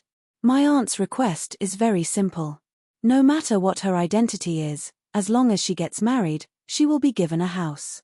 Why did you give her a house? Because her son is disappointing. If he doesn't have a house, which girl would fancy him? Ji Chungza had truly witnessed what it meant to be shameless. Chapter 46-43. Ji Chungza was a little angry. Ever since they were young, Ji Jinglian and Chu Ho had bad tempers. Especially Ji Jinglian, who would give him a hard time. Under the violent education of this pair of clown parents, his temper could not be any softer and gentler. For as long as he could remember, it seemed that he rarely got angry, and he rarely got angry over someone. Because of Yi Yuqin, Ji Chungza was very angry. He had never seen such a shameless woman. She actually used a dignified name to wantonly exploit her niece. She did not even hesitate to use Byran's marriage to scheme against her, just for her son's wedding house. The last time he saw Byran at the cafe, she was on a blind date with a man. But he was a little surprised. Why did she need a blind date at such a young age? Now he knew. It turned out that she had been used by Yi Yuqin. In fact, although Ji Chungza's current income was based on an annual salary, he had been self-reliant ever since he was in university.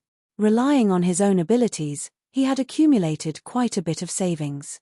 Taking out 5 million yuan was not a big deal. In fact, as long as Yi Yuqin was sincere and considerate of Byran, even if she did not treat her as her own daughter, at least she did not just scheme and disregard Byran. Then, he would definitely treat Yi Yuqin well on behalf of Byran. However, Yi Yuqin's insatiable greed, especially her ugly table manners, made Ji Chungza feel disgusted from the bottom of his heart. However, Byran was not very worried. After all, from what she knew, this husband of hers was just a salaried worker with some family background. 1 or 2 million yuan might be fine, but 5 million yuan was definitely not enough. She just felt sorry for him because he had to deal with such a difficult relative because of her. Byran had never understood Ji Chungza's real background. It was not that she did not care. It was that she did not care. Regardless of whether the man was rich or poor, since they were married, no matter what, they were husband and wife. When she married him, she even thought that even if this man was burdened with debt, she would bite the bullet and continue to be with him. You don't have to take my aunt's words to heart. Byran said calmly, no matter what she says, just ignore it forever. Jiyu Changza raised his eyebrows. Has she always been so harsh to you? Isn't this how it should be? Bai Yang smiled bitterly. She's not my biological mother.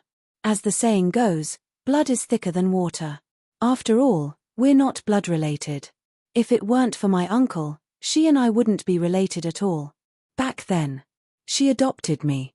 To put it bluntly, you probably don't know the traditions of my hometown. Where we come from, the older and younger sisters usually don't have much status. As an elder sister, I have a nickname called Younger Brother Demon Helper. Voldemort. That's not it. It means that the elder sister has to take over the baton from the mother and work hard for the younger brother. Chapter 46-44. The more he listened, the angrier he got. He dared not imagine if he had appeared a little later. Would she be married to someone else now? Given her weak appearance, would she be able to resist Yi Yuqin to the end? Or perhaps, she had married a man she did not love because of her resistance. He was a little angry. He was very concerned about this matter. Actually, he knew that his wife's marriage to him was probably a little rebellious. At least, half of it was to resist Yi Yuqin's tyranny. What about the other half? Was there a reason for it? Did she still remember him? She probably did not remember him. He did not know if she still remembered the boy who chased after her car when she left when they were young. What are you thinking about? Bai Yang interrupted his meditation.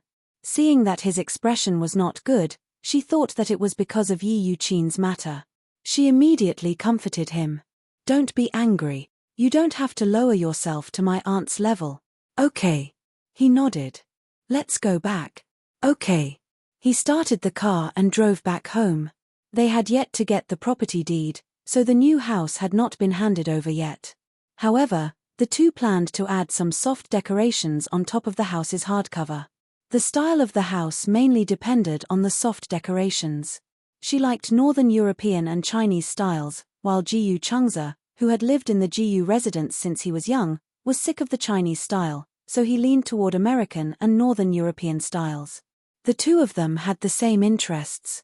Since they both liked Northern Europe, then they would design in the direction of Northern Europe's soft accessories. By how naturally didn't need to worry about finding a design company, Jiyu Changza would arrange it well. What? In the office, Jiyu Linshi leaned toward Yun Tianyu with great interest. He was extremely surprised.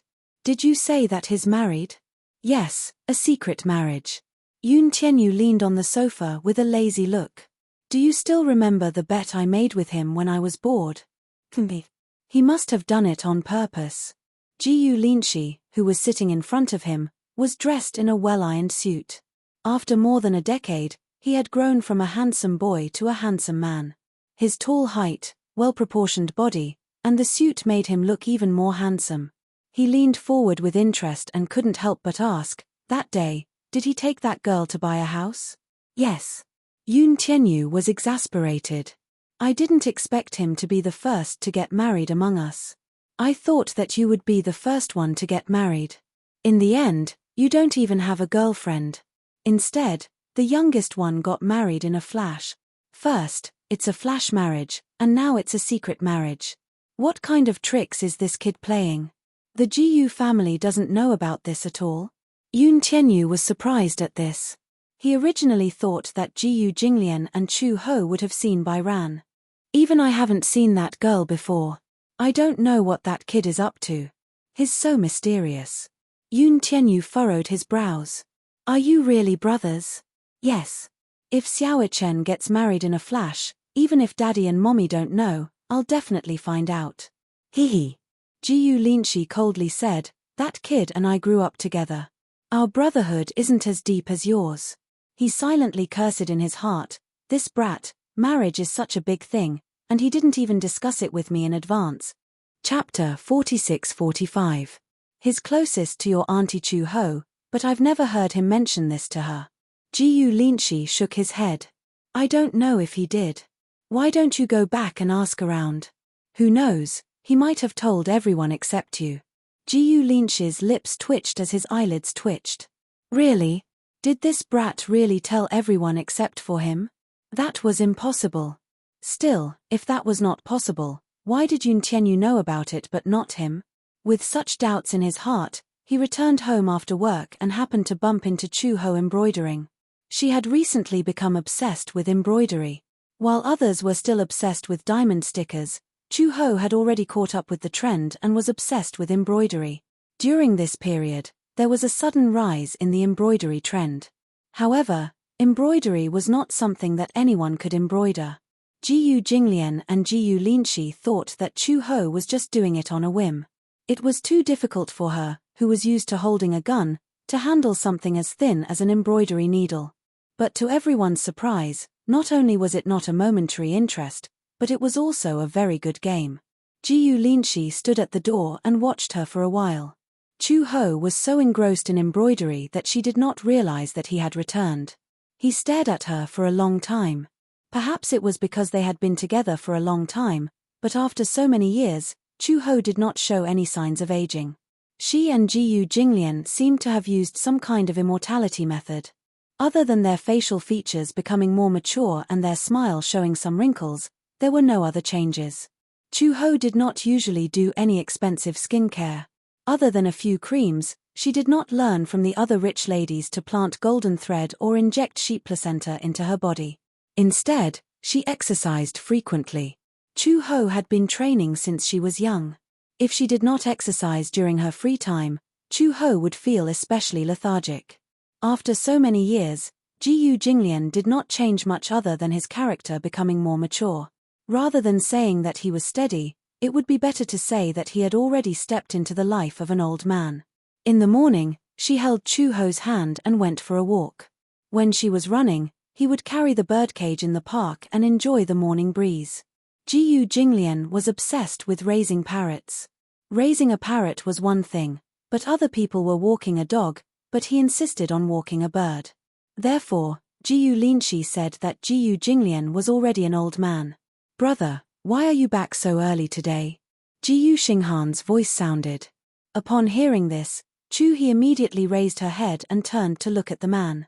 In the afternoon, the man was taking an afternoon nap on the recliner. When he saw that Jiyu Linshi had returned, he yawned lazily and sat up. Jiyu Xinghan had just turned 16 and was in the prime of his life. On his young but slightly immature handsome face, there was an innate rebellious and perverse look. Jiyu Xinghan was very rebellious, like an insufferably arrogant little devil.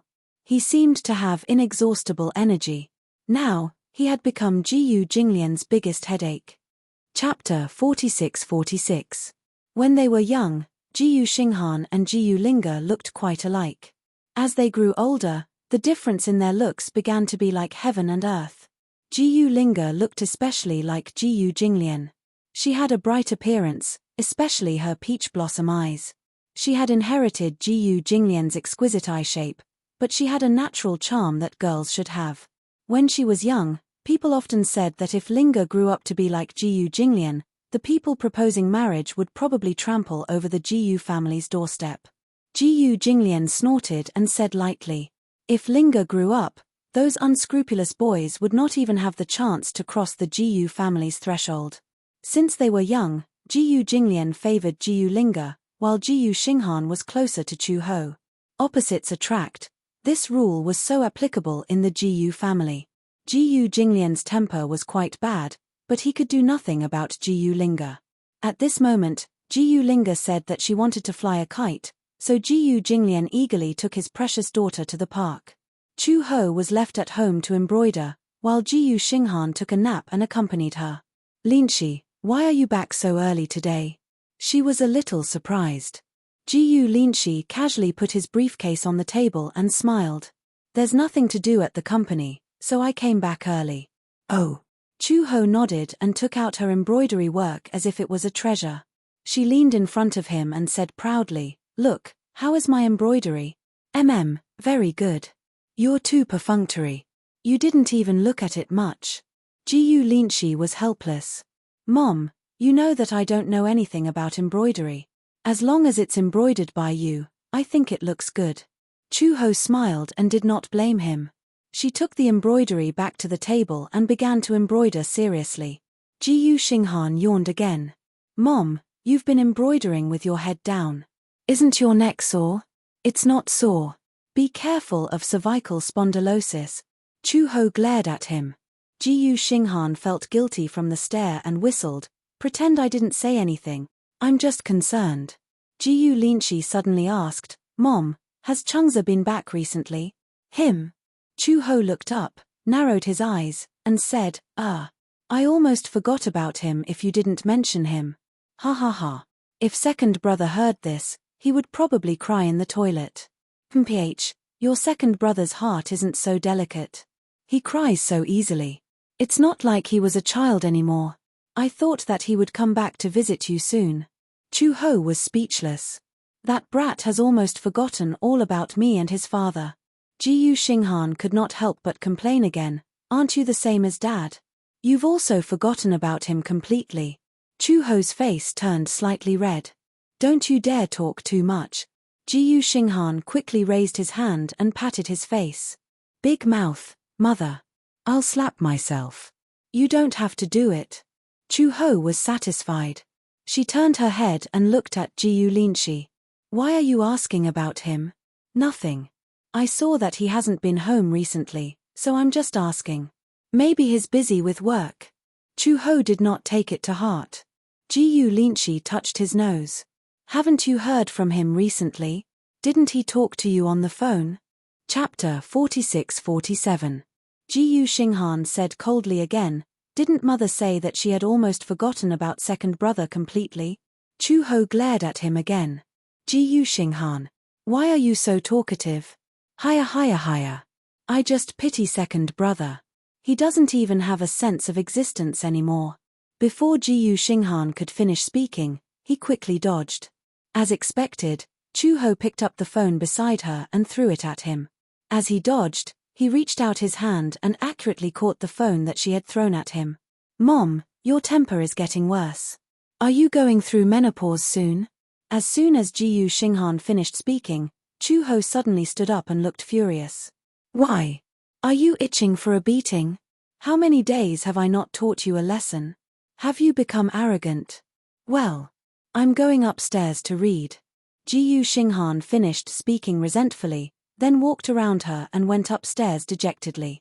Ji Linshi looked at Chu-ho, who had run upstairs, and shook his head. His face was full of helplessness and affection as an elder brother. Xinghan is at the age where he is mischievous. Chu-ho was furious. You said I'm going through menopause, but he's still in his rebellious phase.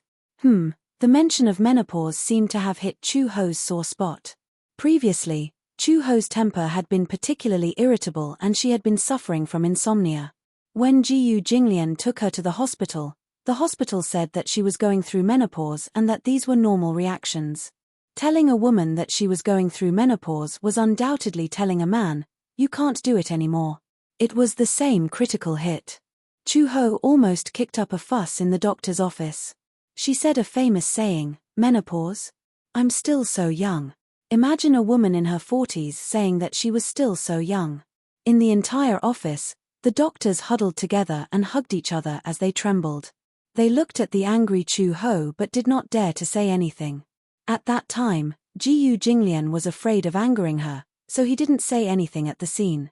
When he got home and Chu-ho wasn't around, he mentioned it to Ji Linshi and Ji Xinghan. They laughed so hard that they almost couldn't breathe. It must have been hard on him. He had such a strong desire to live. In order to avoid Chu-ho's violence, he had to hold back his laughter all the way home. During dinner, he even had to pretend to be calm. He imitated Chu-ho and said, I'm still so young. Ha ha ha ha. She's already in her 40s. Does she still think she's a little girl? Of course, Chu-ho didn't know that Ji Jinglian was badmouthing her behind her back. Over the past 10 years, Chu-ho had always felt that time had passed abnormally fast. She couldn't even feel the passage of time. 10 years had passed in the blink of an eye. Sometimes, it was inevitable that she would feel melancholic. Over 10 years had passed too quickly. In another decade or so, she and Jiyu Jinglian should be a little older. People were not afraid of aging. It was just that the older they got, the more things and people they missed. When they were young, they were high-spirited. When they were slightly older, they had more worries in their hearts. Chu-ho sat down in her seat. Jiyu Linshi walked over and patted her back gently. Mom, sometimes, don't hold it in. Just hit him if you want to. That kid has a thick skin and can take your punches. I'm afraid that in the future, when I can't hit him anymore, he'll hit me. Do you think my dad is a pushover? No matter how old he is, if he slaps that kid, he'll be plastered to the wall. Chu-ho was speechless. She asked, you were just talking about Changza. Why are you suddenly talking about him? Well, the topic returned to that. Chapter 46-48. Seeing his hesitation, Chu-ho suddenly became nervous. What's wrong? Did something happen to him? If Jiyu Linshi's expression was like this at the mention of Jiyu Xinghan, then the lad must have gotten into trouble. However, if Jiyu Linshi's expression was like this at the mention of Jiyu Changza, then Chu-ho would be worried that something might have happened to him. Jiyu Linshi hurriedly explained, Mom, don't overthink it. Tell me quickly. Jiyu Linshi touched his nose. I don't know if he mentioned it to you, but judging from your reaction, I don't think so. Since you know, then tell me, he's married. Jiyu Linshi quickly reported the situation. Chu-ho did not react for a moment. Huh. However, after a while, her expression gradually changed. He's married? Yes. He even bought a house. Chu-ho was stunned for a long time. His brows furrowed, and he was slightly angry.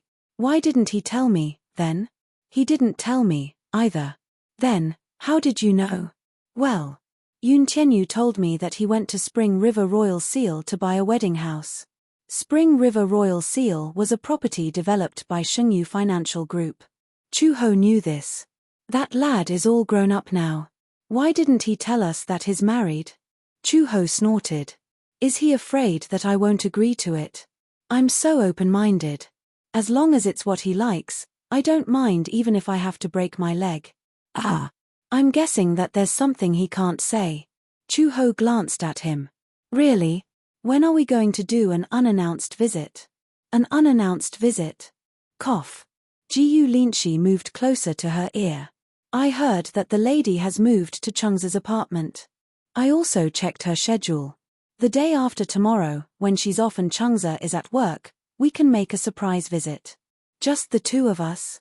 Do you want Dad to go, too? I don't know. Chu-ho was suspicious again. What identity are we going to use? I don't look like Changza, so I'll say that I'm his friend. Then I'll also say that I'm his friend. Jiyu Linshi couldn't help but say, Mom, at your age, it's not appropriate to call him a friend, right? Chu-ho clenched his fists. You think I'm old too? No, Chu-ho suggested again. Then I'll say that I'm his aunt. Jiyu Linshi finally nodded. Jiyu Linshi had plenty of ways to investigate Bai Ran's background. So, just as he found out, Jiyu Changza went to work early that day while Bai Ran was resting at home. At noon, when she was about to go out to buy some groceries, she saw Jiyu Linshi and Chu-ho standing at the door. They had just arrived and were about to ring the doorbell. Bai Hao was stunned. The reason why he was surprised was because the woman in the mask looked a lot like Jiyu Changza. Although he couldn't see his entire face, that pair of eyes was exactly the same. Bai Hao looked at Chu-ho and asked, You are? Oh, is this Changza's house? Chu-ho asked even though he already knew the answer. When Bai Hao saw them, she guessed that these two people probably had something to do with Jiyu Changza. You are? I'm Changza's aunt. I came once before, but I haven't been here in a long time.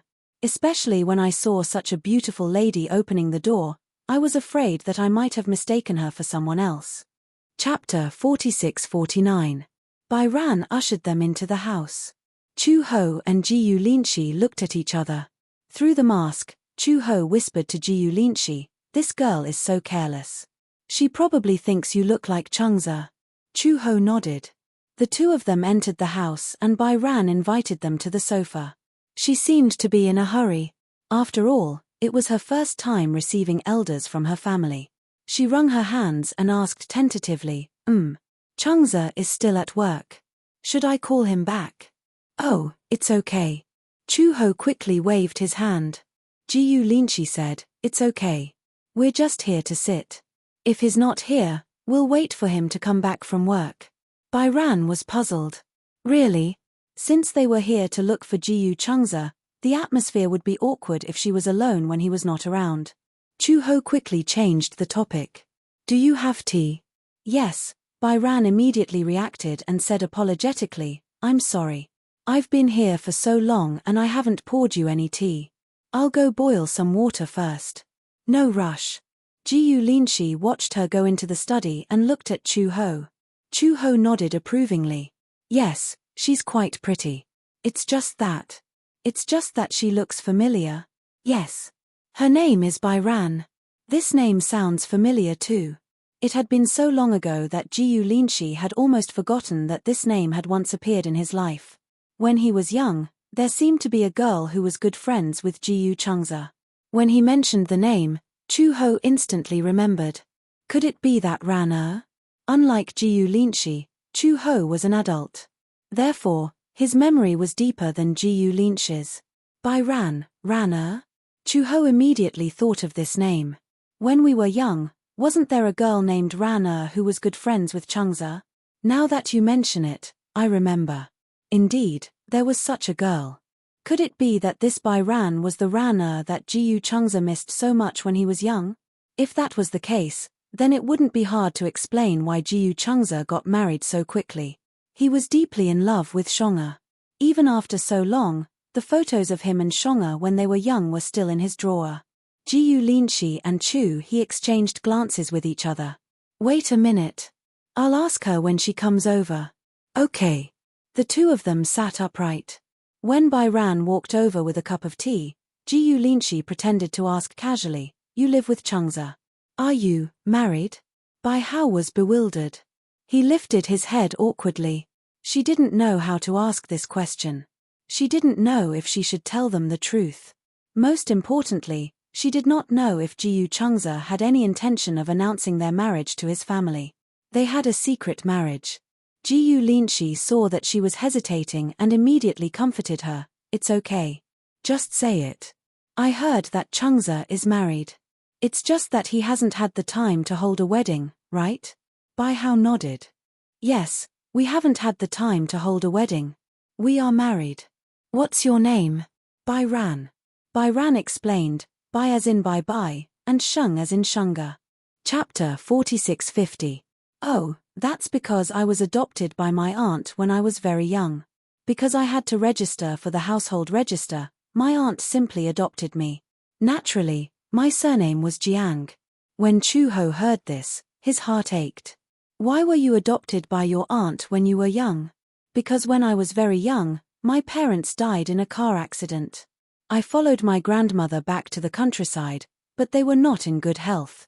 They died when they were young. I had no choice but to follow uncle and aunt. How did this happen? As Chu Ho spoke, her age and identity matched. She was Bai Sheng, Jiyu Changza's childhood sweetheart. However, she did not seem to recognize her. Actually, she did not change much. But why did Bai Sheng not recognize her when she was standing right in front of her? Jiyu Linshi was not surprised. After all, it had been too long. It was normal for her not to remember. How young was Bai Sheng at that time? Some people had a deep memory and could remember things from when they were young, but some people could not remember. Therefore, Bai Sheng did not recognize their faces, but she did not treat them as strangers. Jiyu Linshi had changed a lot. Although Chu Ho had not changed much, Bai Sheng had always been with Jiyu Changza and him. It was normal for her not to recognize Chu Ho. Bai Sheng smiled and said, Actually, we got married in a hurry. To be more precise, we got married on the first day we met. Hiss. Chu Ho and Jiyu Linshi were shocked. They gasped in disbelief. You got married on the first day you met? That's unbelievable. Bai Sheng's face turned even redder. She lowered her head and said embarrassedly, "Isn't it too sudden?" Chu-ho restrained her surprised expression and immediately smiled. "Isn't this a good thing?" "Yes, Changza has reached the age to get married. You can work hard to have children." Chu-ho could not hide her desire to be a mother-in-law and began to urge them to have children. Hearing this, Bai Sheng's face turned even redder. He hurriedly said, "Isn't it too rushed to have a child? I haven't gotten to know him yet. We don't understand each other. We're already married. Wouldn't it be natural for us to have children?" Jiyu Linshi glanced at her coldly. She cursed silently in her heart. Even if you're in a hurry to have a grandchild, you shouldn't be so eager for quick success. He should at least restrain himself a little. What if he scared her? Bai Sheng was a little embarrassed. The awkward thing was that they were being urged to have a child right after they got married. Moreover, this woman was Jiyu Cheng's aunt. If her mother-in-law urged her to have a child, she would have nothing to complain about. Even his aunt was urging him. It wasn't that she didn't like children, but she wasn't prepared. Uncle and aunt were in a mess now. She didn't know what to do. Her scalp went numb at the thought of her aunt's sky-high monetary gift. She didn't want to implicate Jiyu Changza, but if Yi Yuqin really wanted to cause trouble, would Jiyu Changza be disappointed and annoyed? Bai Sheng was now confused. She and Jiyu Changza had gotten married on a whim. After being impulsive, a series of problems and effects caused by a flash marriage were troublesome. Bai Sheng sighed. Chapter 4651. Chu-ho wanted to say something, but Jiyu Linshi nudged her arm and whispered, "Mom, can't you be a little more reserved? Don't push him so blatantly." Only after Jiyu Linshi's reminder did Chu-he restrain herself and quickly chimed in, "There's no rush, there's no rush. This matter really can't be rushed." Bai Ran blushed and lowered her head. She did not know what to say. There was a stalemate. The atmosphere was a little awkward. Seeing Bai Ran so shy, Chu-ho was a little embarrassed too. She smiled stiffly at Jiyu Linshi and reminded her, "Why don't we leave? You just got here and you want to leave?" Chu-ho did not say anything.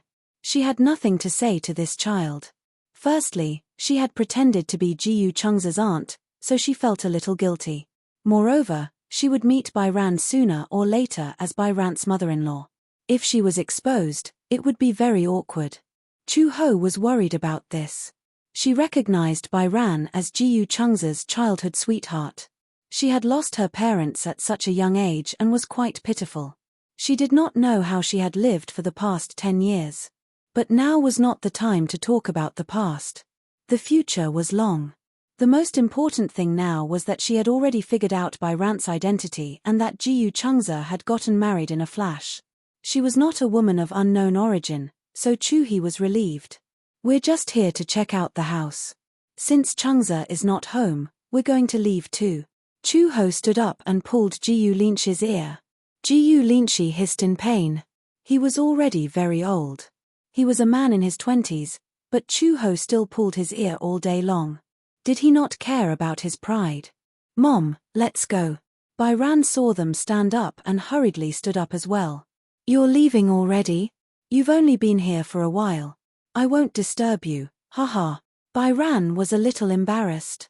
"But I haven't treated you properly yet. Aya, there will be plenty of opportunities in the future." Chu-ho then turned to Jiyu Linshi. "Linshi, let's go." Bai Kun felt a little guilty. She thought that they had left in a hurry because she couldn't entertain them. However, she didn't know how to make them stay. She did not know how to get along with her relatives and friends. She was usually very quiet and was always alone in her room. Therefore, she was somewhat at a loss when facing two guests. However, she was too embarrassed to ask them to stay. She walked them to the elevator. Chu-ho repeatedly asked her to go back, but Bai Ran still refused. It was not until they entered the elevator and the door closed that she finally let out a sigh of relief. He was so nervous. Bai Ran returned to the house and hesitated for a moment before calling Jiyu Changza. "Hello. What happened?" "Hubby, two people came to our house just now. One is your aunt, and the other is your friend." "Aunt?" Jiyu Changza's eyes twitched. "Are they still there? When did he have an aunt?" Even if they did, they weren't close. The direct and collateral branches of the Jiyu family formed their own network and didn't have close contact with each other. He didn't even remember what his aunt looked like. "Hubby, your aunt looks a lot like you." Chapter 46:52. Since Bai Sheng had already said so, Jiyu Changze would have wasted all the time he had spent with Chu Ho if he still did not react. "However, I think your aunt is really young. She doesn't look like she's older than you. If she's your cousin, I'll believe her." After hanging up the phone, Jiyu Changze hesitated for a long time. Finally, he chose to call Chu Ho. The moment the call connected, Jiyu Changze said coldly, "Mom, you came to my house just now? Kid, you still know to call me?" Chu Ho said angrily, "When did you get married? You didn't even tell me. Mom found out about this from Lin Shi. Where did he hear about it? When did Jiyu Linshi become such a blabbermouth? Anyway," Chu Ho said angrily, "you shouldn't have kept it from me." "Mom, did you recognize her?" Jiyu Changze suddenly asked. There was silence on the other end for a while. Chu Ho said, "Bai Sheng must have suffered a lot." "Yeah." Jiyu Changze sighed from the bottom of his heart. "No matter what, at least in the future, I won't let her suffer a little. I don't care about the past, but since she's my wife, if anyone dares to bully her again, I won't let them off." After a pause, he sighed with lingering fear. "No matter what, it's great to be able to meet her again. I thought I'd never see her again in my life." At that time, when he was young, he chased after her car. At that time, he did not hesitate to do anything because he felt that if he did not catch up, he might never see her again in his life. He did not expect that there would be such a freak combination of factors. When he recognized her as Bai Sheng, he would never allow himself to let go again. Jiyu Changze had been a nostalgic person since he was young. A cup that had been used for 10 years, a blanket that had faded in color, but he still liked to hug it to sleep. A doll that he liked, no matter how old it was, he would still hug it in his arms and love it so much that he could not let it go. Once a nostalgic person fell in love with someone, it would last for a lifetime. Chu Ho knew that his son was nostalgic, so he did not rush him to get married so quickly. Liking someone was a lifelong thing. Chu Ho nodded and said, "I'm glad you like it. I also like Bai Sheng. You two have been the best since you were young. I'm also happy that you two can be together. Have you thought about when to hold the wedding?" Chu Ho said, "Every girl looks forward to their wedding. You married her just like that, and you didn't even promise her when you would get married." "Mom, she doesn't seem to recognize me." Jiyu Changze sounded a little disappointed. "Did she forget about me? A girl's memory is generally not as good as a boy's." Chu Ho paused and said, "Besides, you've changed so much. How could anyone recognize you?" Jiyu Changze didn't say anything. Clearly, he was still a little disappointed. Bai Sheng had been his goddess since he was young. In fact, many girls in the class liked Jiyu Changze, but only Bai Sheng gave her the feeling of bathing in a cool breeze. He liked her and had liked her for years. Unexpectedly, she seemed to have forgotten about him. Jiyu Changze said, "No matter what, she's my wife now. I'll take good care of her." Chu Ho sighed. "I have to digest it too." "Digest what?" Chapter 46:53. Jiyu Changze was silent. "Okay, digest it well." With that, he hung up the phone. He really didn't know what to do with this mother. Jiyu Changze was about to return to his work when his phone rang again. He frowned, stared at the screen, and picked up the call. "What's wrong? Are you done digesting the fact that you're going to be promoted to a mother-in-law?" There was silence on the other end for a while, then an aggressive voice came through. "Jiyu Changze, right?" The tone was extremely arrogant, as if he wanted to eat someone alive. Jiyu Changze was confused. He picked up the phone and looked at the screen again, only to find that it was an unknown number. "Why aren't you talking? Are you finally scared?" "Heh." Jiyu Changze laughed. "Who is this? I'm asking you, is this Jiyu Changze?" "Heh." The voice on the other end was especially arrogant, like a gangster. Jiyu Changze confirmed again. "Who are you?" The call was quickly picked up, and Yi Yuqin's voice came through. "Changze, right?" "Auntie." Jiyu Changze called out after Bai ran. Don't. I haven't acknowledged you as my niece-in-law yet. Yi Yuqin said arrogantly. You want to acknowledge me as your relative? I haven't agreed to marry Bai Ran to you yet. Then why are you calling me? Are you at work now? Yes. Where's the company? Jiyu Changze gave the address almost without hesitation. Shunziyi Building. The elevator goes straight to the 25th floor. Give my name and someone will bring you here.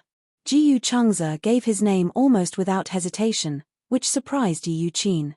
She originally thought that this guy would admit defeat when he heard that she was obviously looking for trouble. In the end, he gave the address so easily. Yi Yuqin was furious. Jiyu Changze's taunt had no intention of giving a monetary gift. Yi Yuqin had already promised a few big bosses that she would introduce Bai Ran to them. How big could the so-called big bosses that Yi Yuqin was talking about be? Either they were people who got rich overnight, or they were people whose wives died of illness, or divorced men who remarried. They were not good-looking, but they were rich. On the other side, Yi Yuqin couldn't wait any longer. Hence, she found a hired thug from who knows where to find trouble with Jiyu Changze. Although Jiyu Changze was a natural airhead when he was young, he had grown up with Chu Ho and Jiyu Jinglian, so he still had this bit of awareness. From the phone call, he could vaguely tell that Yi Yuqin had brought people to cause trouble. However, it was not that he was not on guard, but that he was too lazy to be on guard. Shangziyi was his territory. Would he be worried that someone would cause trouble in his own territory? Yi Yuqin probably treated him as an ordinary employee and wanted to cause trouble in his company. Half an hour later, Yi Yuqin really arrived with her people. She walked into the lobby with a burly man. Before she could protect herself, she was led to the floor where the CEO's office was located. When she finally saw Jiyu Changze in the reception room, Yi Yuqin looked around and smiled coldly at Jiyu Changze. Haha, I couldn't tell that your workplace is decorated quite grandly. Jiyu Changze sat on the sofa and smiled slightly as he gestured for them to sit. Chapter 4654. My boss. Although in a sense, he was Shunziyi's boss, strictly speaking, he was only the CEO in name. Shunziyi still belonged to Jiyu Corporation, and the big boss of Jiyu Corporation was probably cultivating and practicing calligraphy in the Jiyu mansion. Why do you want him to see you? I have something to ask him. What is it? I just want to ask if he can still keep his employee after doing such an immoral thing. Immoral? Jiyu Changze was really curious and couldn't help but want to find out.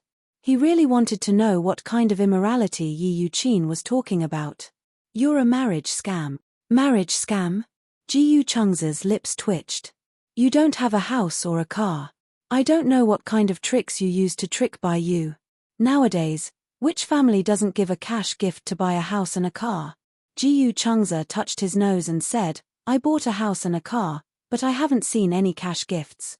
He thought of many things Yi Yuqin would say, but he did not expect to be accused of marriage scam. Why did he want to laugh when he heard that? Yi Yuqin continued, Jiyu Changze, I advise you to be sensible and divorce Bai Yu quickly, otherwise, if this matter gets out of hand, you won't be able to survive in this company. He was really not afraid.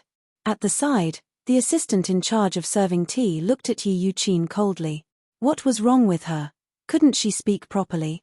If she could coax Mr. Jiyu well, she would have nothing to worry about. Some people's horizons were really too narrow, so much so that Yi Yuqin didn't realize that the humble junior sitting in front of her was actually such a big shot. Jiyu Changze smiled and nodded. Why should I divorce her? We just got married. Also, I didn't scam her into marriage. Where's the cash gift? Yi Yuqin was aggressive.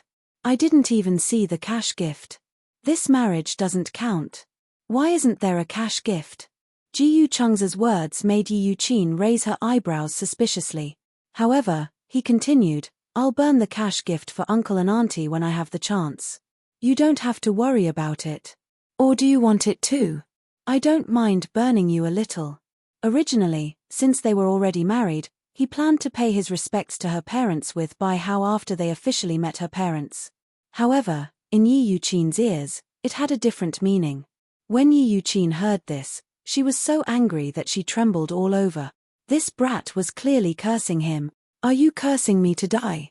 Jiyu Changza said innocently, I didn't. It's just that I've never heard that we should give gifts to our uncles and aunts when they get married. I've also never heard that it's customary to buy a house or a car for our uncle's son. Oh, could it be that I'm too outdated? His words were like pearls of wisdom, but they were all reasonable. Yi Yuqin stood up angrily. Jiyu Changza, don't be so shameless. Let me tell you, although I'm Bai Yang's aunt, I'm her guardian. I'm the one who raised her. In ancient times, there was a saying about young Zhou's thin horses. I wonder if such a thing still exists in the modern world. Chapter 4655. Skinny horse was an insulting term for women. It meant that they could do whatever they wanted to women, just like how a slave would abuse a weak horse. Why was it called skinny horse? Because the middlemen who engaged in skinny horse breeding would buy young girls from poor families at a low price, raise them, and sell them at a high price. It was the same as how merchants bought skinny horses at a low price, fattened them up, and sold them at a high price. Hence, people called these women skinny horses. During the Ming and Qing dynasties, skinny horse breeding became a lucrative investment, and a large number of people specialized in this profession. They would first invest money to buy beautiful girls from poor families and train them. They would teach them singing and dancing, music, chess, calligraphy, and painting. After they grew up, they would sell them to the rich as concubines or enter brothels to make money. Because most poor girls were thin and weak, the name skinny horse came about.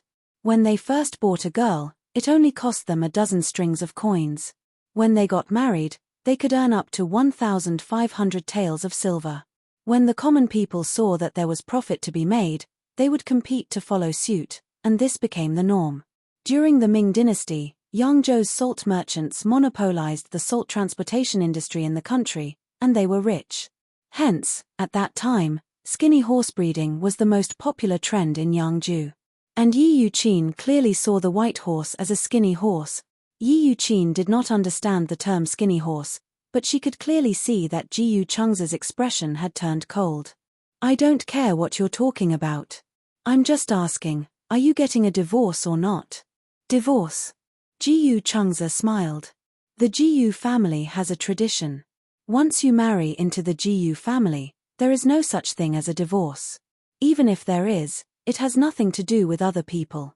Unless Jin'er wants to divorce me, there is no such thing as a divorce. Yi Yuqin was so agitated that she stood up from the sofa. She pointed at Jiyu Changza and said, Must you make the situation so ugly? Make a scene.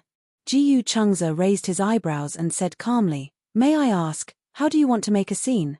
Yi Yuqin could not hold back anymore. She turned around and said arrogantly to Jiyu Changza, A chow, I'll leave it to you. The burly man stood up and relaxed his shoulders. He tilted his head, and his neck made cracking sounds. His sharp gaze was clearly provocative. Jiyu Changza caressed the 10,000 countries watch on his wrist and said casually, Let me give you a piece of advice. Before you offend someone, you should consider if you have the ability to do so. Yi Yuqin snorted coldly. She pointed at Jiyu Changza and said to a chow, What are you still standing there for? A chow walked towards him. Jiyu Changza was still sitting on the chair nonchalantly. Seeing that he still did not seem to care, Chow guessed that Jiyu Changza would not give up until he saw the coffin, so he raised his leg abruptly and was about to kick him. Seeing that his foot was about to land on Jiyu Changza's face, the bodyguard beside him suddenly reached out and grabbed the man's calf with one hand. A chow was completely caught off guard. He flew out and fell on the coffee table at his waist. He was in so much pain that he grimaced. Yi Yuqin shrunk her shoulders in fear and hid in the corner. Jiyu Changza did not move at all. He did not even bother to lift his eyelids. He looked up and glanced at the man who had fallen onto the coffee table. The corners of his lips curled up indifferently. Throw him out. Yes, Mr. Jiyu. Yi Yuqin was stunned when she heard how the bodyguard addressed Jiyu Changza. Mr. Jiyu. Why did this man call him Mr. Jiyu? Chapter 4656. Before Yi Yuqin could react, the bodyguard grabbed a chow's collar, opened the window, and pushed half of his body out of the window. It was such a tall building. Ah Chow saw from the corner of his eye that he was in the air. He was so frightened that he kept screaming. His body was stiff and he did not dare to move. Yi Yuqin was also stunned, but she did not dare to go closer. Her voice trembled as she said, You're killing someone. Killing someone. Oh! Ji Changze raised his eyebrows disapprovingly. Who saw it? Yi Yuqin looked at Ji Changze as he stood up slowly. Although the Ji family doesn't want to play dirty anymore, if someone comes knocking on my door, then don't blame me for being ruthless. Yi Yuqin said angrily, You're breaking the law. Isn't it illegal for you to hire a hitman? Ji Changze smirked coldly. Moreover, you said that I killed someone. The whole building is mine. Who do you think will testify for you? When the time comes, even if the case is closed, the police can only conclude that the person fell by accident and it has nothing to do with the Ji family. At most, I'll burn some paper money for you out of humanitarianism. Consider it as accumulating some good karma. Yi Yuqin shrunk her shoulders in fear and did not dare to say anything else. As it turned out, this Ji Changze's background was not that simple. Especially when she saw the terrifying aura around him, she believed that he would definitely do what he said. Don't mess around. The man held down by the bodyguard also started to beg for mercy. I was wrong. I know I was wrong. Let me down, it's too late. The bodyguard had just finished speaking when he sent him a little further out of the window. This time, except for his legs, most of his body was in the air. Ah Chow was so frightened that he almost peed his pants. He screamed and howled in fear, but he did not dare to kick his legs and struggle. If he was not careful, he was afraid that the bodyguard would not be able to hold him down and he would fall. Who's the one who won't cry until they see the coffin? Ji Changze frowned and looked at Yi Yuqin. How have you treated Jin these past 10 years? I didn't cause you any trouble, but you came knocking on my door. Although Ji Changze was adorably silly when he was young, after so many years of teaching by Ji Jinglian, he had inherited Ji Jinglian's imposing manner when he was angry. Yi Yuqin did not dare to speak at all. Her scalp was numb. Ah Chow wrapped his fist in his palm and begged for mercy. Please. Put me down. I'll scram right away. I beg you. In the future, I will never find trouble with you again. The bodyguard turned to look at Ji Changze. However, Ji Changze said, If I put you down just like that, wouldn't they say that I'm just bluffing? No way. Impossible. I swear. I beg you, I don't want to die. Ah Chow sounded like he was about to cry. Hearing this, Ji Changze snorted coldly. Put him down. The bodyguard then pulled the man back through the window and threw him on the ground. The moment he was thrown on the ground, he could no longer hold back his pee and his pants were wet. Ji Changze was disgusted when he saw this and said in a low voice, Scram. Yes. I'll scram right away. Ah Chow was so frightened that he crawled out on his knees. When Yi Yuqin saw this, she wanted to leave too. She was about to walk to the door when the bodyguard blocked the door and there was no way out. Chapter 46-57. Yi Yuqin's expression stiffened as she turned around, only to see Ji Changze standing behind her with an expressionless face and a cold smirk. Auntie, why do you want to leave? You didn't even say goodbye. Why, aren't you staying for lunch? No.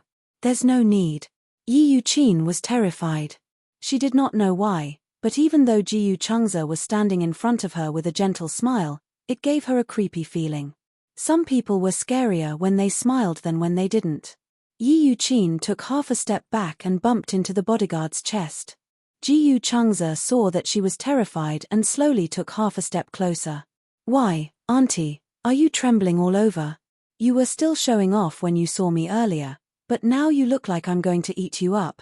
Yi Yuqin couldn't help but kneel down in front of him. She didn't even dare to look up at his expression. Little Ji, isn't this? Auntie doesn't understand the situation. Aya, I just want to give Bai Zi a good home. I didn't know you were such a capable person. Banyan has suffered so much since she was young, so she's scared of being poor. Of course, my heart aches for her and I hope that she can have a better home. At least, the family background should be better. and the car and house should be standard. In my opinion, there must be some kind of misunderstanding. Misunderstanding? Ji Chungza raised his eyebrows and asked, "What misunderstanding? Isn't this? I thought you were a scammer." Yi Yuqin said, "At that time, I thought you were like those men who use flowery words to trick girls. You don't have any ability, but you want to waste the girl's life. But now I see clearly that you are a capable man. Banyan won't suffer if she stays with you, haha." She laughed uneasily, but it looked worse than crying. Ji Chungza glanced at her contemptuously. "So, that's what you thought of me? A scam? No, that's not. That's not a misunderstanding." Yi Yuqin frowned bitterly and said, "Byran didn't mention your situation to me, so I didn't know. It turns out that your family background is not bad. Since that's the case, I acquiesce in your marriage with Byran." Her words were undoubtedly trying to please Ji Chungza. However, Ji Chungza sneered from the bottom of his heart and said disapprovingly, "I never thought of getting your permission to marry Byran. Although you are Baihao's legal guardian in name, don't think I don't know how you've treated him all these years. This debt can't be settled just like that." Yi Yuqin shuddered and quickly explained, I treated Baihao well. Her parents died early when she was young, and my living conditions weren't good, but I still insisted on bringing her over to raise her. At that time, there was a couple who wanted to buy her for 50,000 yuan.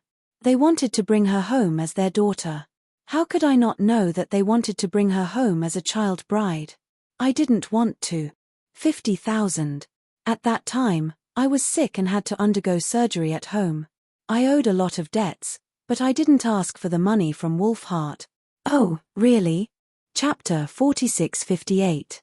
Ji Chungza paused and continued, "It's just that you didn't want to back then, but that was because you felt that 50,000 was too little. You wanted them to offer 100,000, but the price fell through and they weren't willing.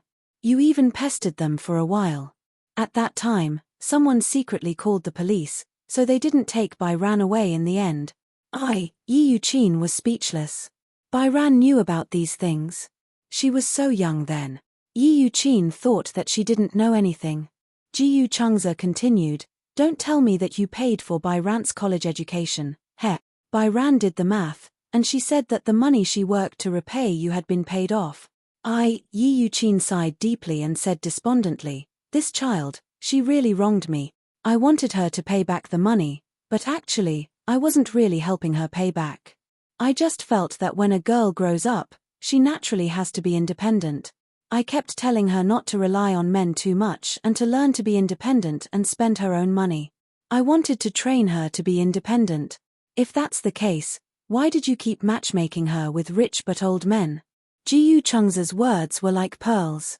Yi Yuqin didn't know how to answer. She was stunned for a long time before she tried to defend herself. "I don't think so anymore. What's the use of being independent? Marrying a good husband is the most important thing. Look at me, I've always been earning money to support my family, but with a husband like that, I've been busy for most of my life and didn't have any savings. Now that my son is getting married, I can't even find a wife. My family is so poor. Women can't be compared to men.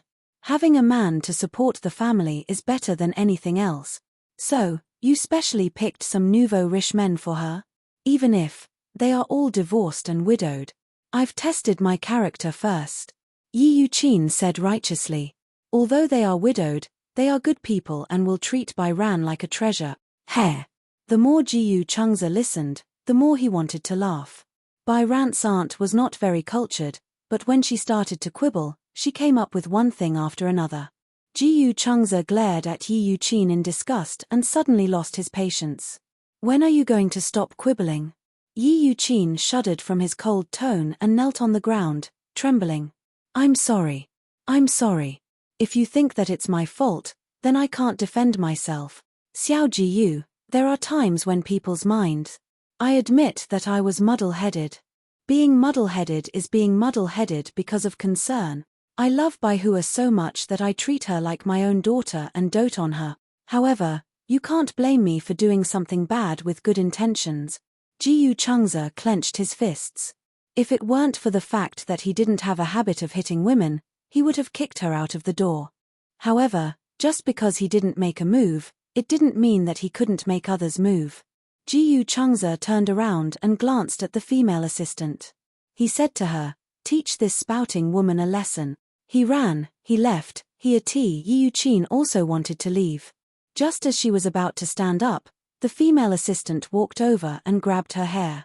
She pulled her back into the room and slapped her, causing Yi Yuqin to fall to the ground. Slap. The female assistant slapped her again without hesitation. Chapter 46:59. Ji Changza did not stop. As he walked further and further away, the sounds behind him became more and more miserable. However, in such a building, no one would care. This was his Ji Corporation. When Ji Changza returned home, Bairan was asleep on the sofa. She was still holding a book in her hands. It was obvious that she had fallen asleep while reading it. The man walked over, picked up the book, and put it aside. Bairan was startled by his footsteps. She immediately sat up from the sofa and rubbed her sleepy eyes. You're back. Yeah. It's already so late." Only then did Bairan react. She was no longer sleepy. She stood up and looked out the window. The sky was still bright. Ji Changza was already sitting on the sofa. He held her hand and pulled her into his arms. "I came back early today." Bairan fell into his arms. She was caught off guard. He rarely touched her on his own initiative. After being married for so long, he had followed the gentleman's agreement before marriage. When he said that he would not touch her, he really did not touch her. He did not force her to do anything. However, this time, he took the initiative to hug her. Bairan did not feel any repulsion. In fact, she could not help but blush and her heart beat faster. Bairan felt that the two of them were too close. She was a little shy and could not help but change the topic. "Are you back so early because the company is not busy?" "I missed you," Ji Changza said softly. "I missed you, so I wanted to come back early to accompany you." He rarely said such romantic words. Bairan's heart beat even faster. Actually, she could not stand such mushy words of love. However, she did not know why such superficial words sounded so pleasant when they came out of his mouth. Bairan froze in his arms. She did not dare to move. Seeing her body so stiff, Ji Changza knew that she was nervous. He laughed and said, "Why are you so nervous?"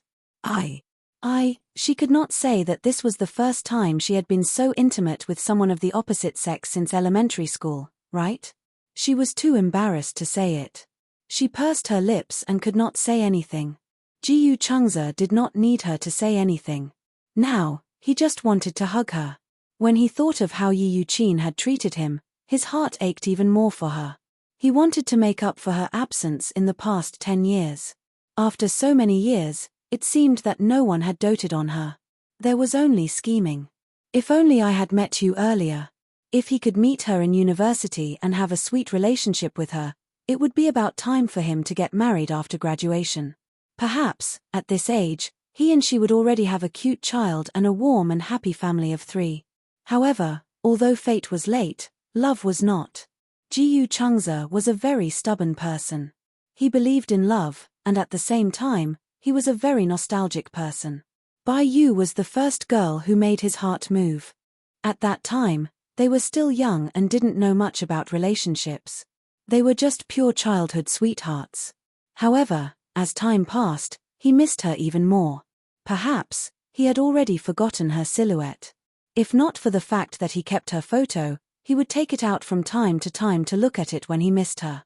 However, he could never forget this name. Chapter 46:60. Ji Changza looked at her carefully. She lowered her eyelids. She was obviously a little shy and did not dare to look into his eyes. After being married for so long, it seemed that he rarely got so close to her. Actually, Bai Sheng could see that Ji Changza was restraining himself. Especially when he stood at the door of her room every time, he seemed to want to say something but hesitated. He probably felt that it was not appropriate for them to sleep in separate rooms since they were already husband and wife. In terms of feelings and nurturing feelings, if the two of them were lukewarm, it would be difficult to make any progress. Bai Sheng did not reject being a little closer to him, but Ji Changza was too gentlemanly.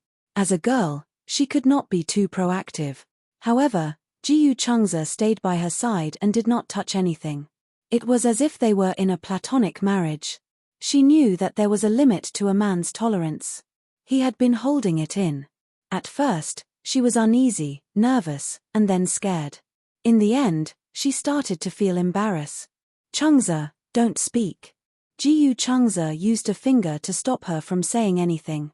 Bai Sheng widened her eyes in confusion and her heart started to beat faster. I want to kiss you. Bai Sheng was so scared that she fell silent. Ji Changza got closer and closer. At first, she was a little resistant, but Ji Changza did not allow her to reject him. He grabbed her wrist and said, "This time, you're not allowed to reject me." This was clearly the first time he had kissed her. However, Bai Sheng was too embarrassed to reject him. It had to be said that this was Ji Changza's black-bellied side. He had endured for so long. He had clearly coveted her for a long time, but he endured it and did not touch her. His restraint and control, except for not wanting to force her, not wanting to scare her, and not wanting to fail at the last step.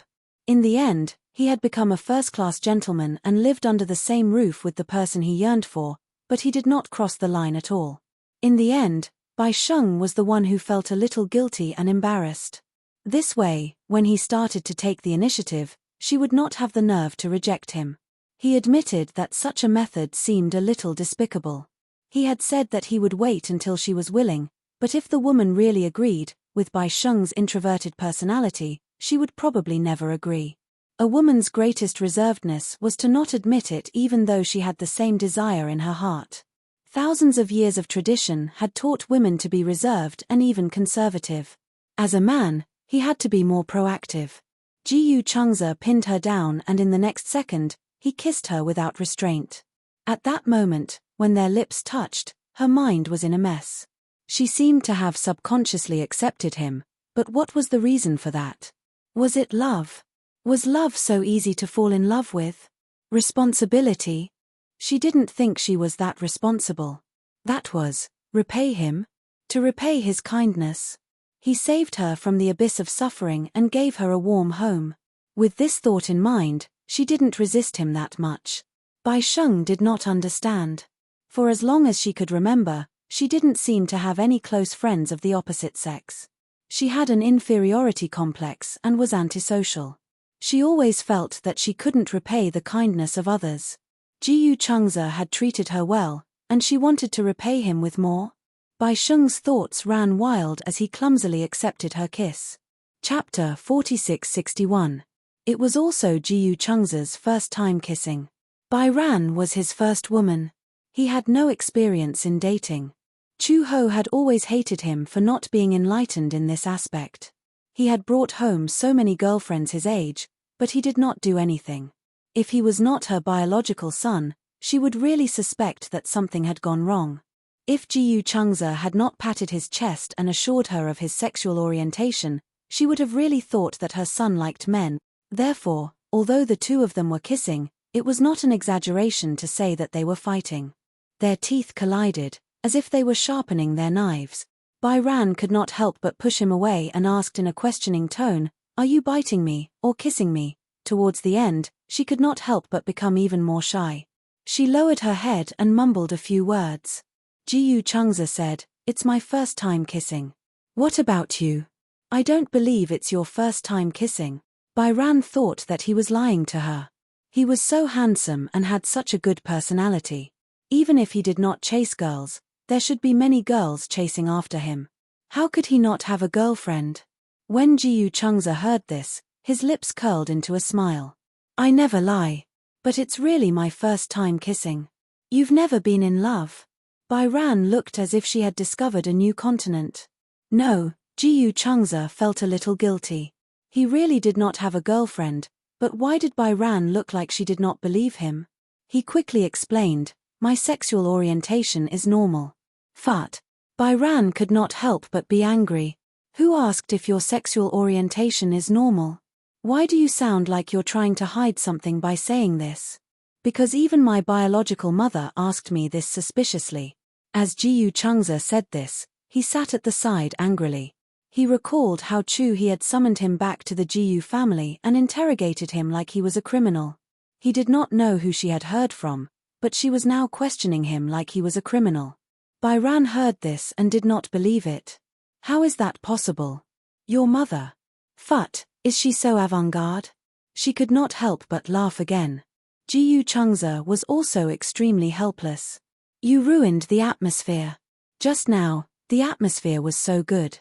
It was fine if she pushed him away, but she actually disrupted such a good atmosphere. Byran felt wronged. You just hit my gums. Oh, you're so stupid, you don't even know how to kiss. Could it be that your kissing skills are better than mine? Without a doubt, he was being sarcastic. Byran blushed as well. Her kissing skills weren't any better. Just now, there were a few times when she bit his tongue because she was nervous, but he didn't say anything. Why did it feel like she was making a big deal out of nothing? It's all right. Jiyu Changze hugged her waist and pulled her into his arms. Let's start over. Things like chemistry can be cultivated slowly. Kissing was a tacit understanding between two people. He didn't mind getting along well with her. Bai Yu nervously pressed her lips against his again. Is it just a kiss? Otherwise? Jiyu Changze's gaze was so gentle that she was about to drown in it. What else do you want? No, are you ready? Jiyu Changze suddenly pressed her down on the sofa and gently stroked her hair with his long fingers. After all, we're already married. It's time to fulfill the obligations of a husband and wife. Chapter 4662. Halfway through her sentence, Byran felt a little guilty. He had given her so much time. Moreover, they were married. Even if they took it a step further, it was perfectly justifiable. His request was not too much. Yi Yuqin even said that Jiyu Changze was cheating her into marriage. No matter how she looked at it now, she was the one who was cheating. She was a professional at cheating others into marriage. At the very least, she would give the man some sweetness. However, she could not even touch it. Moreover, she was not a child anymore. Even if it went that far, so what? When Byran thought of this, she immediately put on a heroic look. She carefully separated her hands and gently held her shoulders like a shy rose waiting to bloom. She blushed and said softly, if you really want, then, can you, go back to the room first? Her voice became softer and softer. She wanted to bury her smiling face in his chest and did not dare to look up at him. Jiyu Changze was stunned and did not know whether to laugh or cry. No matter how he looked at it, she looked like a female slave who sacrificed herself to the male lead in order to repay a debt of gratitude. However, what he wanted was not to repay a debt of gratitude. He knew that this little girl was extremely simple-minded. If others treated her well, she would only treat them better. She probably felt that she could not repay him with anything, so she would not be stingy with anything she could give. She was clearly so scared. Don't think too much. Jiyu Changze gently scratched her nose. Why are you so scared? I won't eat you. I kissed you today because I couldn't help it. Unless you're willing, I won't force you to do anything you don't want to. Byran looked up in surprise. Even at this moment, this man was still indulging her. How could she not feel that a certain part of the man was ready to explode? However, he could still hold it in and was willing to hold it in. Since she was young, no one had ever doted on her like this. Jiyu Changze was about to get up when Byran suddenly hugged his shoulders. His body sank down again. The two of them were extremely compatible. I'm willing. Bai Hao was timid as he struggled to say those words. Jiyu Changze looked at her. She also opened her eyes. Her eyes were clear and bright. I don't think I'm forcing myself. It's just that I haven't experienced it before, so I'm a little nervous. I'm willing. I'm not forcing myself. For someone as thin-skinned as her, such words were undoubtedly a warm invitation. As if she was afraid that Jiyu Changze would not believe her, she reached out with trembling hands, grabbed his collar, and started to unbutton his shirt bit by bit. Her movements were a little clumsy. At first, she slipped on the first button because her fingertips were sweaty. She bit her lip and patiently comforted herself that this was just the most common process between husband and wife. Sooner or later, she would have to get used to it. After all, From the beginning of their marriage, her plan was to work hard to be with this man until the end. Since they had never thought of getting a divorce, they would have to go through the normal process of being a married couple sooner or later, wouldn't they? Bai Qian was halfway through when Jiyu Chengze suddenly grabbed her hand. His eyes were filled with forbearance and doubt. You really won't force it? Bai Kun shook his head. No. Chapter 4663. Jiyu Chengze hugged her and carried her into his bedroom. All this time, the two of them had been sleeping separately. He slept in his room, and she slept in the other room. All this time, she had never stepped into his room. This seemed to be the first time she had entered his room.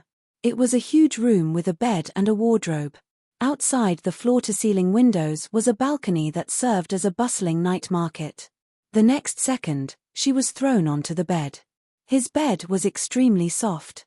Her body bounced slightly, and the next second, he was on top of her. Everything started with instinct.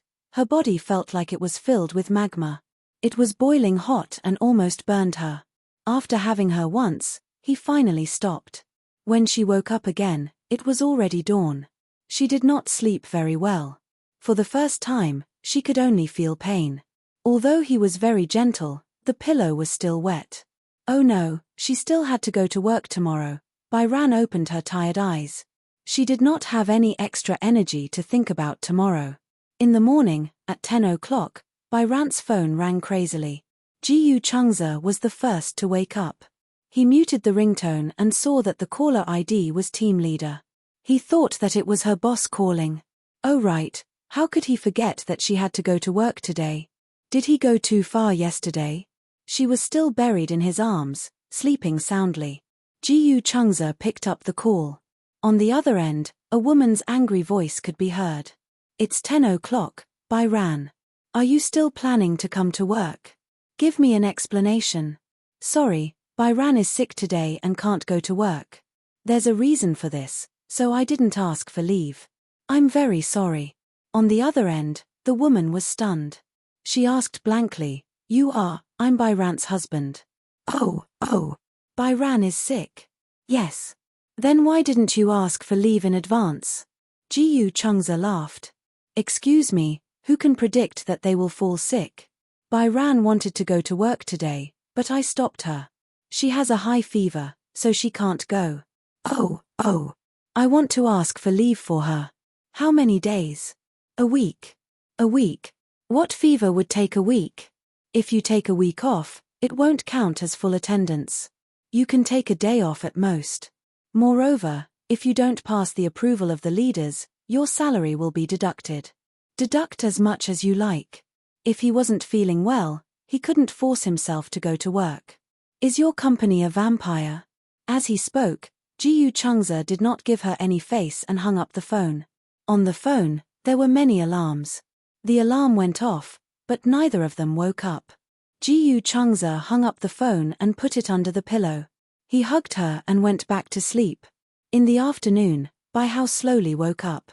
As soon as he opened his eyes, he felt a tearing pain in his thigh.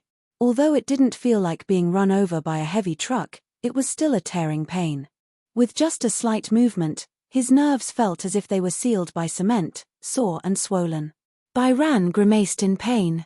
Suddenly, he thought of something and immediately fumbled for his phone under the pillow. When he reached for his phone, he realized that the screen was black. Out of power. She pressed the power button suspiciously, and the phone lit up. However, when it finally turned on, she looked at the time and felt uncomfortable. Chapter 4664. Without realizing it, she had already slept so late. Bai Ran was annoyed. She saw that there were many messages on WeChat and clicked on them. Then, she saw a dialogue box from her team leader. Bai Ran, are you doing this on purpose? You didn't ask for leave, so you let an outsider do it. Your husband's leave doesn't count. Today, I'll treat it as absenteeism. Please come to work on time tomorrow. Otherwise, I'll treat it as absenteeism. Bai Ran's lips twitched. She clicked on recent calls. There was a call record, but it was obvious that she did not pick it up. It was him. Bai Ran looked at Jiyu Chengze resentfully. He was sleeping quietly and had not woken up yet. How could he sleep better than her? With the intention of teasing him, Bai Yang gently poked his cheek with his finger. The latter frowned and raised his hand to hold her finger. He opened his eyes and looked at her with his slightly misty eyes. Bai Ran did not expect him to wake up so quickly. She turned her face away awkwardly and hugged the blanket tightly. The scene from yesterday appeared in front of her eyes again. She and this man, they were husband and wife. She patted her forehead in annoyance and her face heated up. Jiyu Changze sat up from the bed and hugged her gently from behind. He rested his chin on her shoulder and hugged her tightly. "You're awake." Bai Ran only responded with an He liked her soft voice and could not help but lean closer to her. The scorching heat from his chest made her blush again. Bai Ran lowered her head even more. She hugged the blanket tightly, but before she could say anything, her stomach made a grumble sound. Growl. Jiyu Changze looked up and became more awake. "Are you hungry? What do you want to eat?" "Anything. There are still some eggs and bread at home."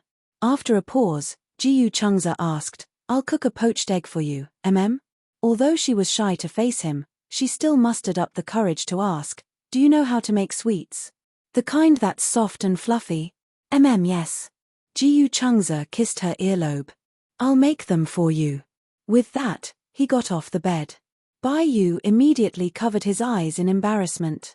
He didn't even dare to look at him naked. Jiyu Changze looked at her bashful expression as he tied the belt of his nightgown. He could not help but chuckle, but it was because he doted on her. "All right, I'm dressed." Bai Kun put his hands down, but he did not know where to place them. He could only lower his head and make a sound of acknowledgement. The redness on his face had already spread to the base of his neck. Jiyu Changze entered the kitchen. Even though he was quite a distance away from the kitchen, when she heard the sound of the kitchen hood being turned on, she could imagine Jiyu Changze in a bathrobe cooking elegantly in the kitchen. Her heart was filled with warmth. However, what exactly did he say to the team leader that made her so angry? The team leader was already going through menopause. He also knew that he had said something that had angered her. He felt that she would definitely be severely criticized when she went to work. "It's done." Half an hour later, Jiyu Changze personally brought the poached eggs in. How could he not understand her embarrassment? His legs must be so sore. He set up the table on the bed and placed the bowl and chopsticks in front of her. Chapter 4665. Stop messing around. Get out of bed and walk around. Just eat on the bed. Bai Yian was even more embarrassed. Somehow, she felt that there was a hint of playfulness in his tone, as if he had seen through some of her embarrassment. Could it be that this man knew that her legs were sore and swollen, so he didn't want her to get out of bed? What's wrong? Jiyu Changze sat on the edge of the bed and looked at her. "Why aren't you eating? Aren't you hungry?" Bai Yian was a little confused. "You should eat something too." "No hurry. I'll eat when you're full." There was a hidden meaning in his words. But Bai Yian obviously didn't understand. In front of Jiyu Changze, the big bad wolf, she was like an ignorant little white rabbit. She silently grabbed the chopsticks, grabbed the bread, dipped it in some jam, and took a bite.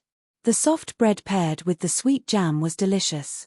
She was so happy that she felt like she was going to melt. His cooking was so good that he could bake the bread to such a good texture. "Is it good?" "Yeah." As Bai Yian ate, she felt his gaze on her from beginning to end. She shrunk her shoulders awkwardly. Today, she hesitated, not knowing if she should ask. "Yeah." "What's wrong?" "Team leader called me this morning." "Were you the one who answered?" "Yeah." "How did you answer her?" "What's wrong?" Jiyu Changze said, "I forgot too." She seemed very angry. Jiyu Changze frowned and replied, "I said you were sick and needed to take a week off." She said that the company doesn't have such a long sick leave. "Then you got angry at her?" "Angry?" Jiyu Changze touched his chin and said honestly, "I didn't get angry, right?" "Why? Did she scold you?" Bai Yian silently raised her phone and showed him the WeChat message that team leader had sent her. Jiyu Changze took the phone and glanced at it. Team leader's message: "Bai Yian, did you do it on purpose? You didn't ask for leave, so you let an outsider do it. Your husband's leave doesn't count. Today, you'll be punished as absenteeism. Please come to work on time tomorrow. Otherwise, you'll be punished as absenteeism. Absenteeism? Ji-Yu Chungza smiled. Sure, it's best if you fire her directly. Hey. Bai Yu looked at him reproachfully. It's not easy to find a job now. You can't wait for me to be fired.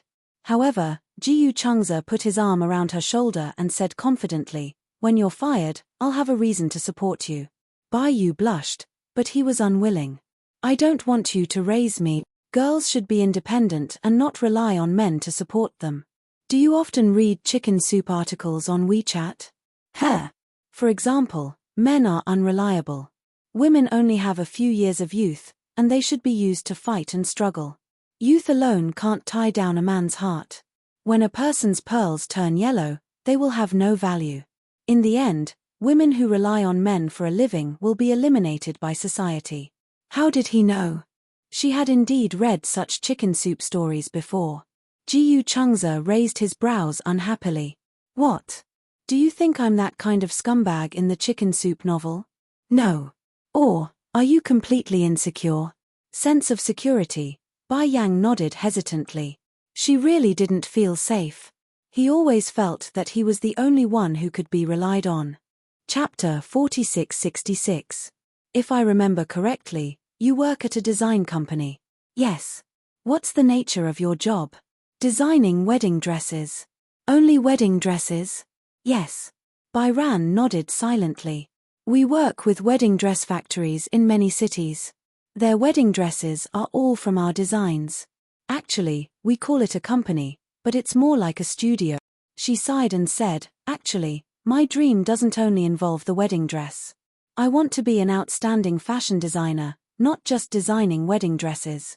It was not that it was too boring, but she felt that her talent was useless. Bai Ran was a girl with low self-esteem and a little pride. And her design talent was what she was proud of. At that time, if she did not have a family background, she could have studied in France and studied design. However, Yi Yuqin would definitely not agree, so she had to give up this opportunity. Ji-Yu Chungza said, why don't you consider quitting? That company won't give you much room to develop. But, Bai Ran said in distress, it's not easy to find a job now. Don't you still have me to support you after you leave that job? You can't support me forever. If I can, I'm willing. But you won't be willing to be supported by me forever, right? Ji-Yu Chungza said as he hugged her tightly. Why don't you register a company and set up a personal studio? This way, you can plan your own career and won't be bound. It's not that easy to set up a studio. Bai Ran sighed. To be honest, I don't even know how to resign.